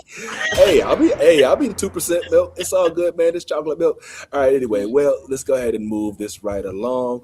We do have another Tom Holland movie to discuss, and that is where he plays the role of Odysseus's son in the Odyssey. And the Odyssey, has been out for a couple weeks. Unfortunately, we haven't been able to be on the show to talk about it, but we are here now, so you all know how we do, and it's great that we have everybody here so we can do our thumbs ups and thumbs downs. So I'm gonna go ahead and take this down in just a moment, and y'all can give me your thumbs up, your feet up, your whatever it is you got going on, and I know how you get down for this, and then we'll go ahead and chat on it. So without further ado, in 3, 2, 1, you're gonna tell us what you felt about it. Let's go. 3, 2, 1. Oh shit. All right, let me try that again. 3, 2, 1. Wow, Absolute look at that. Oh, we got a halfway. Okay, we got the halfway mark. Okay, let's like let's 1.5. start. 1.5. Okay. Well, what gives it the halfway mark? And then Megan, I'd love to jump to you as for why you get the pumps up and all of that, man. You're really excited about it. What's up? Before we y'all went on break, we were talking about Christopher Nolan and his ability to garner an Oscar. Yes. With his skills and talent, and if this is going to be an Oscar-winning movie, I stand by what I said. Technically, perfect movie. Story-wise, he told a story. I'm not impressed. Whoa! I'm not. Disagree. It is a gorgeous, visually well told story. I was entertained. I stayed awake. I was very much in tune with it. I don't give a fuck about these people. I do not care. Like, it's cool that he went through this entire journey, but I feel like for some of the especially the women characters, he could have gone into a little bit more depth with. Odysseus is not. He's not a clean hero. He's not a clean hero. And I felt he could have gone a little bit deeper with that. Like you can be redeemed by the end of the movie. But and then Tom Holland's character, it felt inept. Also, like you giving your kid the keys to the car to this? Oh, and your mama don't believe in you either. So if your mama don't believe in you, why am I here for you? It like I said, technically, visually, great storytelling. The story itself, I'm all right. Oh wow. Yeah, no. was not for Megan, me. No, you feel no the parts. same? Yeah. Oh, I would love to talk about this. I put my hands up. Absolute cinema. Absolutely. It was so good. Like the Scorsese made absolute cinema. I loved it so much. Like this like I don't know if this is recency bias or anything, but so far this is my favorite Christopher Nolan film, hands down. Hands Whoa. down. Like I've never been so hyped after watching a Christopher Nolan film like ever. So other than Dunkirk, I was pretty hyped about. But oh my gosh, this was so good. And yes, I agree. Like the women characters weren't written well, but that's so true because like Christopher Nolan is terrible at writing women. Like hands down, he is. But good thing Homer is great at writing women, or at least decent at writing women. So it's just like I'm glad that he took on this took on the Odyssey. The thing about Odysseus, yeah, he is a very flawed lead. So he is like, especially if you read the Odyssey poems, like He yeah, ain't shit, like bro. he is they watered him down like so much in this, which is kind of insane, especially like we'll get into spoilers later. But I mean, which you could also argue Christopher Nolan has a problem with, like watering down really problematic men. I mean, like Oppenheimer, for example, too. You know, and then trying to make them into heroes. So, but I mean, in this adaptation of the Odyssey, yes, he is more of a hero than a very problematic figure. But I mean, at the end of the day, I really loved it. I've seen it twice already. I want to see it a third and fourth time. It was so good. Yes, I loved it. So I saw it opening weekend. Amazing. An IMAX too. We have IMAXs in Oregon. Oh wow! I know. So congratulations. I saw it in IMAX. I want to see it in 70 millimeter and in 70 millimeter IMAX. I want to take the trip up to Seattle to see it in 4DX. Like, I want to do all the things. I love this movie. I'm obsessed with it. Oh, that's awesome. Okay. Ty, what about you, bro? I mean, I share those sentiments. I've seen it 3 times. But I have not seen it in 4DX, and I have not seen it in IMAX, which I kind of want to also experience both of those things. I think I called you and told you, I want to pull up on that 4DX and yeah, I was going. Look, look, I don't know if people know, but when you see it in 4DX, you're gonna be soaking wet. Yeah. They're gonna shoot you with water most of the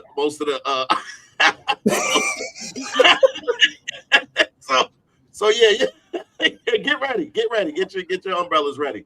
So yeah, I realized that this story has been told. So this is not so much Christopher Nolan as it is just him trying to do an iteration of the story that's already been told.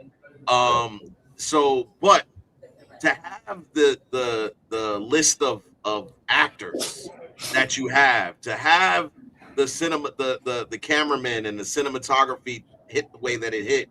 I did a little research, and I like that when they went on the island with the giants, I realized that in real life, what they did was they got a whole bunch of tall ass people, like 7-footers, and they just screened them with shorter people.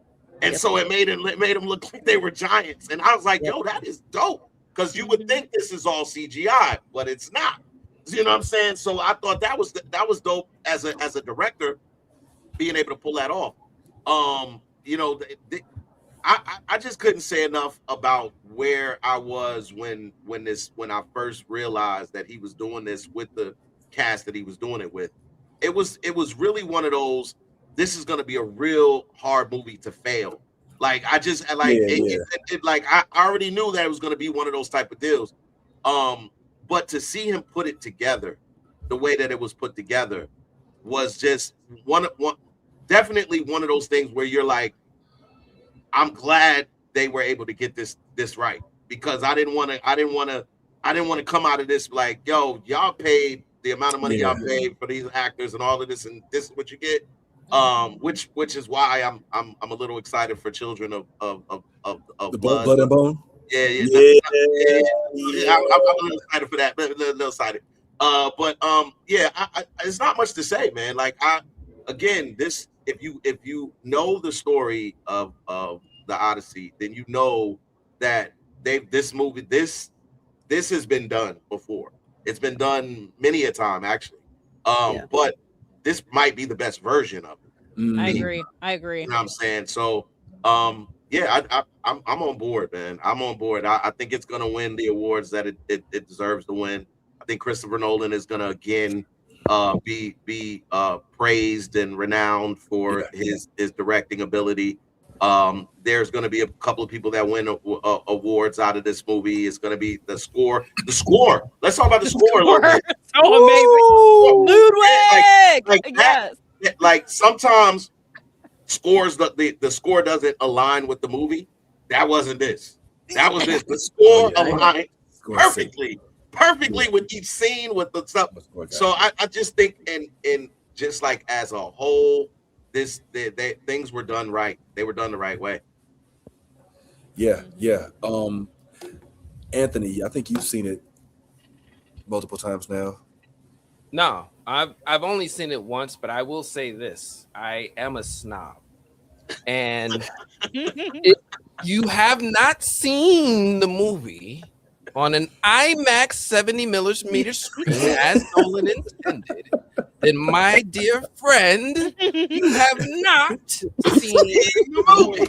Yeah. You are still aspiring to see the movie. I dare you take the journey up to thine theater with the 70mm. No, settle for 35. 35 is good. 70mm is the finest in the land. Get that. So for anyone who saw this movie and walked out of it saying, I don't know what the big deal is, probably didn't see the fucking movie. Yes, Oregon has IMAX. I mentioned that. 70mm IMAX. There's a difference. Don't. I love you. I appreciate the effort, but we need to find it. There are 42 in thine country. Find them. True. Oh, wow. True. Yeah, I want to take the trip. I want to take a trip to see it in 70mm IMAX, like really bad. So I have to go to like California for that. But wow, it's worth it. Yeah. We got to start a GoFundMe for Meg. We really do. Hey, I'm gonna take an Odyssey. Throw it up in the chat. She's going to chat. Start super chat, and we got. I'm not even joking. I really want to do that. I have time. You know what? I tell you what. Maybe that's not gonna be arranged because you're close to North California. But how far are you from? You know, we'll talk about after the show. We'll talk about after you know what? Yeah, we'll talk about after the show. Yeah. What else? This was also Christopher Nolan's way of saying "fuck Batman." Yes. Because this was him going out here saying like, "Yo, I could make a superhero fantasy like movie without any famous hype." He took something in public domain and was like, he just wanted to cook. And all the cast came to him. I promise you, not one single person in this cast got their usual salary. I promise you this. No. Each and every one of them did this because they wanted to be part of something that was with Christopher Nolan. Yeah. Wow. And yeah, like y'all said, the music was slapping because this man Ludwig learned to play a liar? A liar? The dude who was dropping bops for us all last year with Sinners is back with a liar? Yo, yes. Let's go. Give him all the awards, every single one of them. I love Spider-Man, but the game was already over by the time Spider-Man came. Oh, absolutely. Right?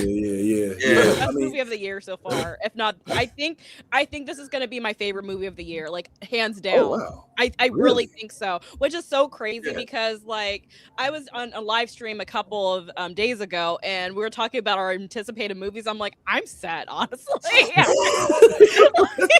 You don't need to see nothing else. I don't need to see nothing else. Wow. Okay. But speaking of the Odyssey and everything and the kind of upcoming movies, I do really like Robert Pattinson, and he is so great in this. He stole the show. He's amazing. There's another movie that he's in called Primetime about what's his name, Chris Hansen. So I'm excited to see that. But Robert Pattinson, oh my gosh. Wow. Yeah. He's having a great year. Like him and Zendaya, like they're in everything this year. Yeah, that's true. That is true. They are in. He's in Oh wait, and John Barenthal. All three of them were in this. Yeah, I was about to say Everybody, Yeah, everybody was John anybody. Barry's Spider-Man. This is year 2. All Spider-Man was here. Essentially, this was a smorgasbord of superhero characters from the big two. All right, we've got the Punisher. All right, we've got Peter Parker. All right, we've got MJ, who I guess is some new character. we just kind of accepted MJ. We don't know Michelle, Jeff, or whatever. Yeah. We've got like you said, Batman. All right, and then we even have old boy, my man Bishop. Was it what's his name? Bishop? The black dude. Oh, you yes! talking about, wait, was he Bishop? I don't remember him being Bishop. Dude from Wasn't he Bishop? I don't remember him being Bishop. I do remember him being in I think it was Straight Outta Compton. Juice. Yeah, Straight Outta Compton. Yeah, he was definitely. I knew who you were talking about. Juice. Straight Outta Compton, my man. He played Dre. And he was in Walking Dead too. Yeah, he was in Walking Dead or Fear the Walking Dead or something for a little bit. Yeah, so he had a phenomenal character. And Catwoman. And Catwoman. Yes, Anne Hathaway. How do we miss that? You know what I'm saying? Yeah. And old girl from Black Panther. Pizza. Who played Lupita. Yeah, Nakia. Yeah, Nakia. And I mean, if you really want to go deep, then Charlize Theron was in yes, yep. Multiverse of Madness. Eternals. She was in Eternals. Doctor Strange. No, Multiverse of Madness. No, she was in Hancock. Oh, Hancock. She wasn't in Hancock. But yeah. Oh, and we have Batman, Robert Pattinson. Like, come on. Yeah, we said Pattinson. So He we is got all of Batman. that. Yeah, and I like Travis Scott played Batman at Halloween. He dressed up as Batman.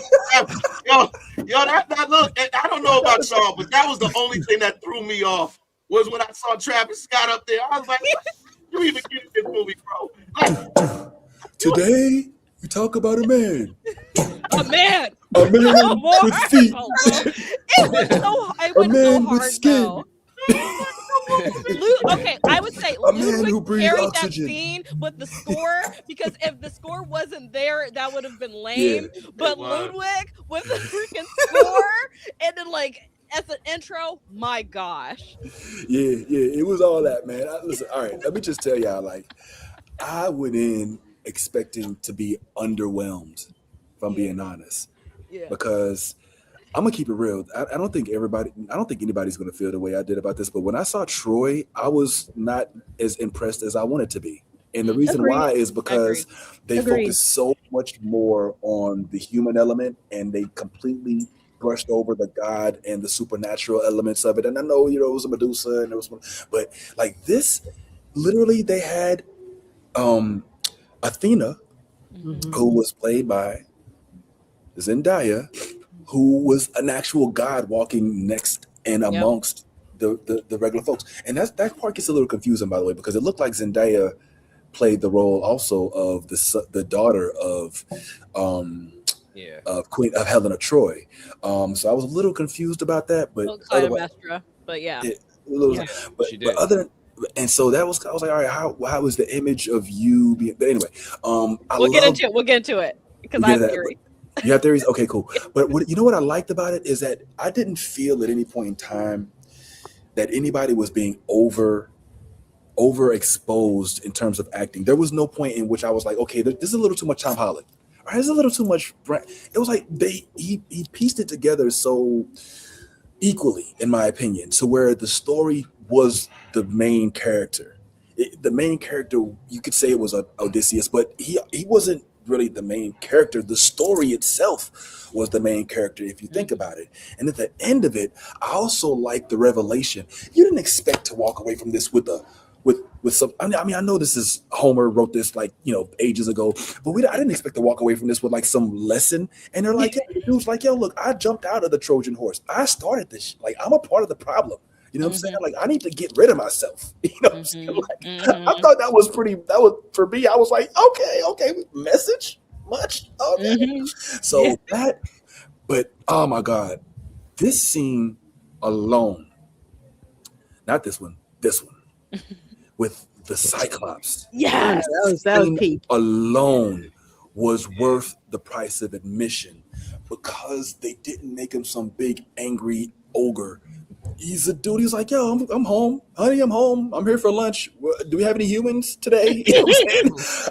And he's just like, and then he was even crying, and just like they made this. They really gave you a realistic depiction of what it may be like to come across what was a castaway son of a god that had to live his life in isolation because he's a freak. You know what I mean? And you almost, to an extent, even though he bit off the head of a couple soldiers, you almost feel bad for him. You're like, damn, he's crying for his dad. You know what I'm saying? Like, leave him alone. Like, get out of, you're in his house. You're trespassing. You're just trying to eat his sheep and go about his way. And then the giants, who, frankly, guys, when you look at that scene alone, just those 2 seconds, that you're like, oh, okay, it's a couple dudes, all right, whatever. And then they get closer, you're like, oh shit. Yeah. Oh shit, like they're freaking huge. Like, you know what I'm saying? Like that, and the way that they did the siren scene. Ooh, it's so good. Yeah, no, that was really good. They never actually, like, they let your imagination do the work for you. All they got to do is show you the silhouettes. Like, Nolan did himself. And now this is Nolan of Dark Knight fame. Like, he knows how to freak superhero characters. If he really wanted to make this a superhero story, he could have made it a superhero story. But he made the story the story, and I thought that was what made it so magnificent for me. I mean, what other scenes stood out to you guys? The scene with Cersei and the pigs. Cersei and the pigs. Yes. All practical effects, by the way. All practical. No CGI. Yes. No CGI? None. No CGI. Not a lick. Not a lick. What? It's all. I forgot what they said that they did with them, but they basically just used, it was like animatronics in order to get and clay. And clay and people in the suits so that they could keep the body. It was I was trying to figure that out the whole scene. I'm like, wait a minute, I know this is all real, but she's going in mouths and pulling shit. Yeah, right. What are we doing? What are we doing? It was incredible. That is Oscar worthy in of itself. Like, bringing that back out and making people go, how the fuck did you do that without any technology from today is incredible work. Sorry. Like, I can't even speak to how you even start to think about how you do that scene. Like, okay, look, no, calm down. I know we got CGI on tap, but hold on, let me try this. I want you to just put your hand inside his mouth. and like kind of hook it, but be careful. Then just pat him on his face, and then it's gonna come a snout. You know, it's gonna come a snout, and then it's gonna, you know what I'm saying, just like, you know, it's like, bro, like. Chef's kiss. I can't. I mean, there's too many things to discuss. I even liked.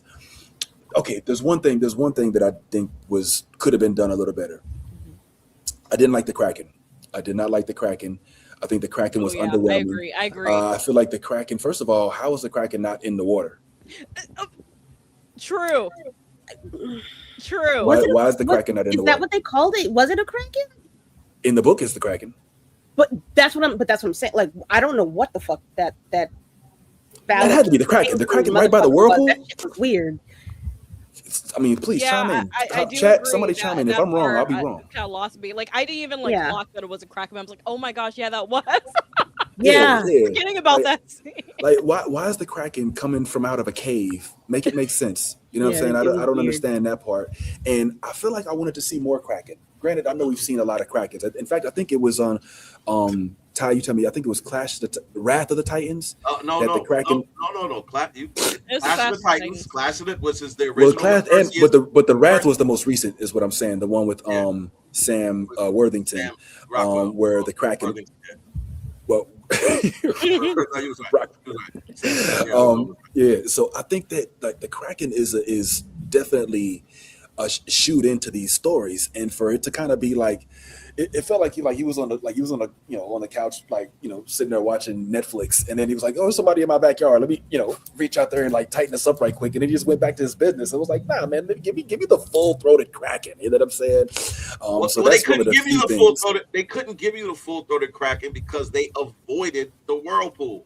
Like, you know what I'm saying? Like, they avoided that. That was the whole thing. Like, so they thought they were doing the right thing by avoiding the whirlpool, and then they soon figured out, they fucked around and found out that, you know what I'm saying, there's no way to avoid the inevitable.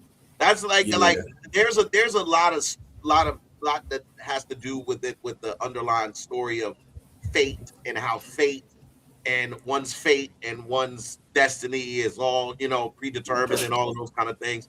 And I listen, I could sit here and try to break down the things about Odyssey that I didn't like, but it was so far and in between that I don't feel the necessary that it necessary to do so.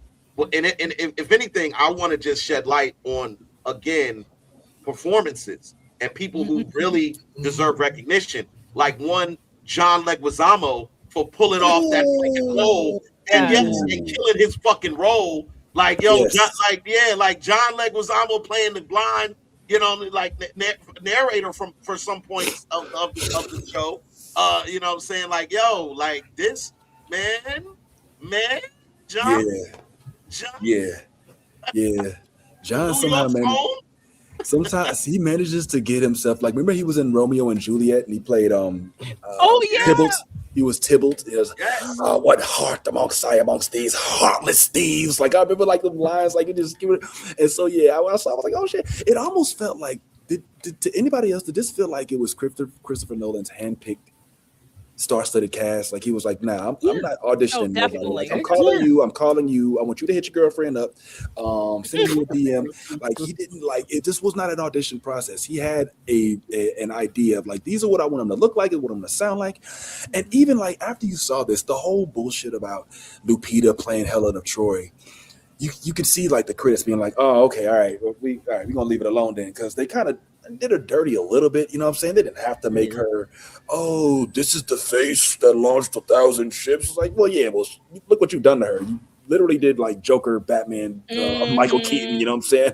Oh, her face is beautiful, take out the mask. So that part maybe a little weird. That part I didn't like, but other than that, like, like, what do you think, Maggie? You think they should have just kept her as like, did they have to like make her a sacrificial art piece, so to speak? What do you think? I personally disagreed with that whole aspect of it. Yes, it was shocking, but I kind of like, here's the thing too, and my mutual Fantastic Frankie, she did a video about this, talking about like, you know, with all of these like the diversity and like kind of like these race swapped characters per se, quote unquote, there's always some type of struggle or sacrifice, and it was very unfortunate to see for like a, you know, black woman, let alone like a dark-skinned black woman, to struggle in a way and stuff. So I mean, okay, as far as the entire story and all that stuff, it's fine, whatever,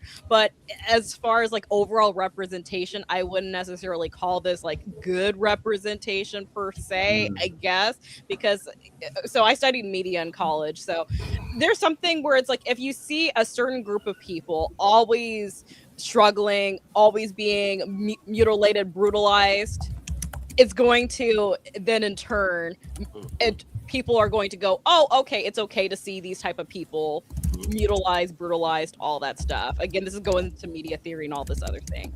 So I mean, as far as an overall representation factor, I wouldn't say it's great, but at the same time, like, I still like the film, I still enjoy it, I would not write it off because of that. But I mean, you know, her character, Helen of Troy, is very complex and everything, like as one of the comments said. So, and it's more complicated. And you know, I do like what she did with the role and everything. And I mean, she's playing two characters too. I mean, we're going to spoilers, so I thought that was great. And I mean, was this college in Oregon or? Yes, it was. Okay, I didn't know if they had, you know, like colleges in Oregon. No, I'll just messing with this plan. Wow. Just playing. Shout out to Oregon State.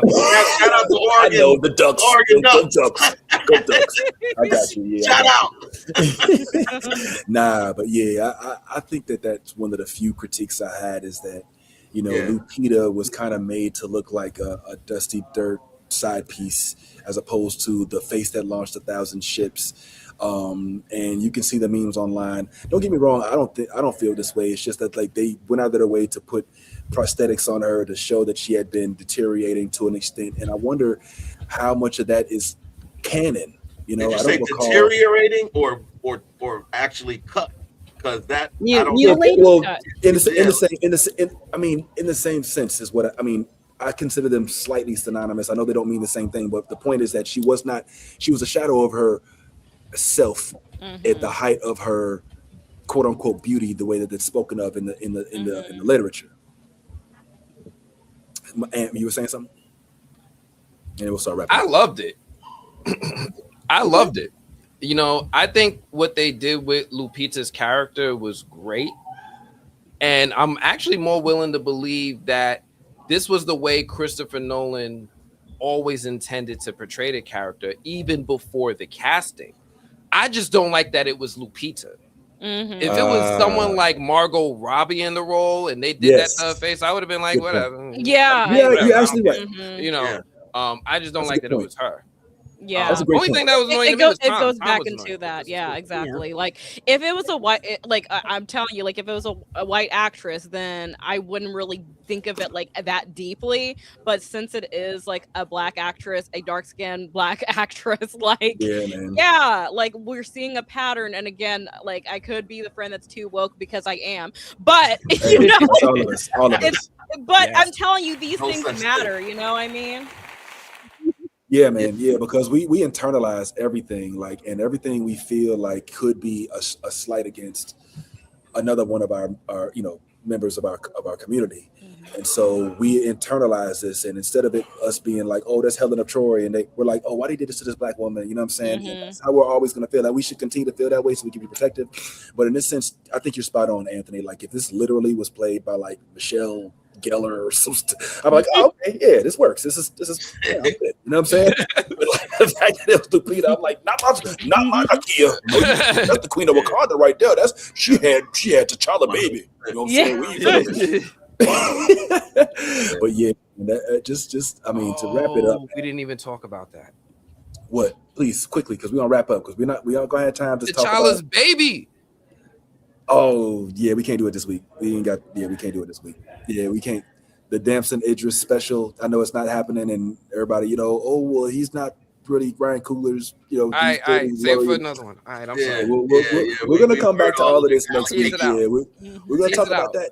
There's other things that we have to talk about too. Like we still in the weeks to come have to talk about the most recent episodes of House of Dragon, which is not that one. We also have Strange New Worlds, which did recently drop, and we've been covering that. We love us some Star Trek, and X-Men 97, which is on, I think it's seventh episode, and man, it is given. The show, oh my god. Oh my god! Oh my god! So good, hilarious, and the stuff that they're doing in that. But there's also other movies coming in the next few weeks. Is there anything that you're anticipating, Megan? I know Odyssey is the movie of the decade for you, so you probably ain't gonna be seeing much else. But is there anything else? What's up? I mean, I'm always going to be seeing something at least, but I mean, as far as movies, yeah, like I said, in Robert Pattinson's primetime movie, I'm excited to see that. There's this other weird movie that is going viral on Threads, Wicker, like about the woman that loves this man made out of wicker and stuff. Wow. Yes, it's a comedy. It's coming out in October. I'm now excited to see it because I'm very intrigued. What else is going on? Yeah, I mean, like Dune is coming out. I'm not the biggest Dune person, but I'll probably go watch it in theaters. For the content. Doomsday, like watch that too. But yeah, I mean, that's what I have going on. And whatever else pops up, because award season is just around the corner too, and a lot of bangers are coming out that are going to be like Oscar contenders. But I think the Odyssey is going to win everything. I think Ludwig Göransson is going to win his like 4th or 5th Oscar. Like, come on, like he's so good. So I'm excited, but yeah, that's all I have since we're not going to be talking about movies anymore. So I'll kind of wrap this up too. No, we'll talk about movies. We'll I mean, we're movies and shows. Like I said, you're the guy. The TMB stands for the movie blog. I know Fightland is one of the movies you're looking forward to, and on the way out. That's a TV show. All right. You know what? I renounce. You know what? I retract my statement. I take it all back, and I don't care anymore. We'll just talk about it next week. If that's okay with you, or maybe even before that, maybe we'll do a HOTD sometime early next week. Hey Vince, real quick for the Batman fans, the Cape Crusader animated series is season 2 just started. They have all the episodes up on Prime right now. Okay, all right, cool. And you're using really Prime? Good, really good. Don't answer that. Don't answer that. Yeah. All right, cool. Well, thanks for tuning in to the whole entire chat. Oh yeah, there was. Oh, San Diego. Oh, there's. You know what? We ain't. Thank you. That part. Harmony. Let us speak.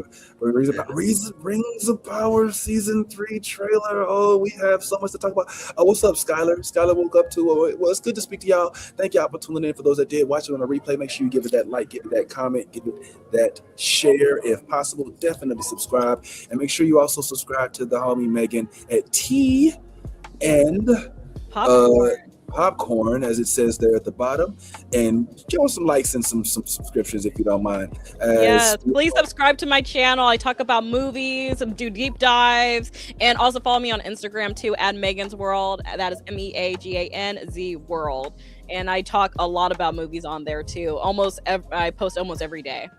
Yeah, and most of the movies that she can't see while she's in Oregon, she has to kind of. Let me say, I'm sorry. That horse is dead. The horse is dead. The Trojan horse is dead. All right, peace. Oh, look at Kira with the wardrobe change right quick. You know what I'm saying? All right, enjoy your movie.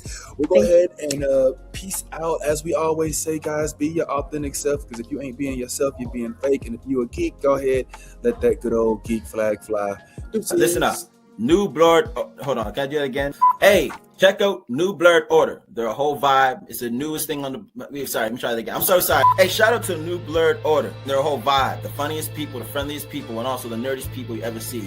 And they're black.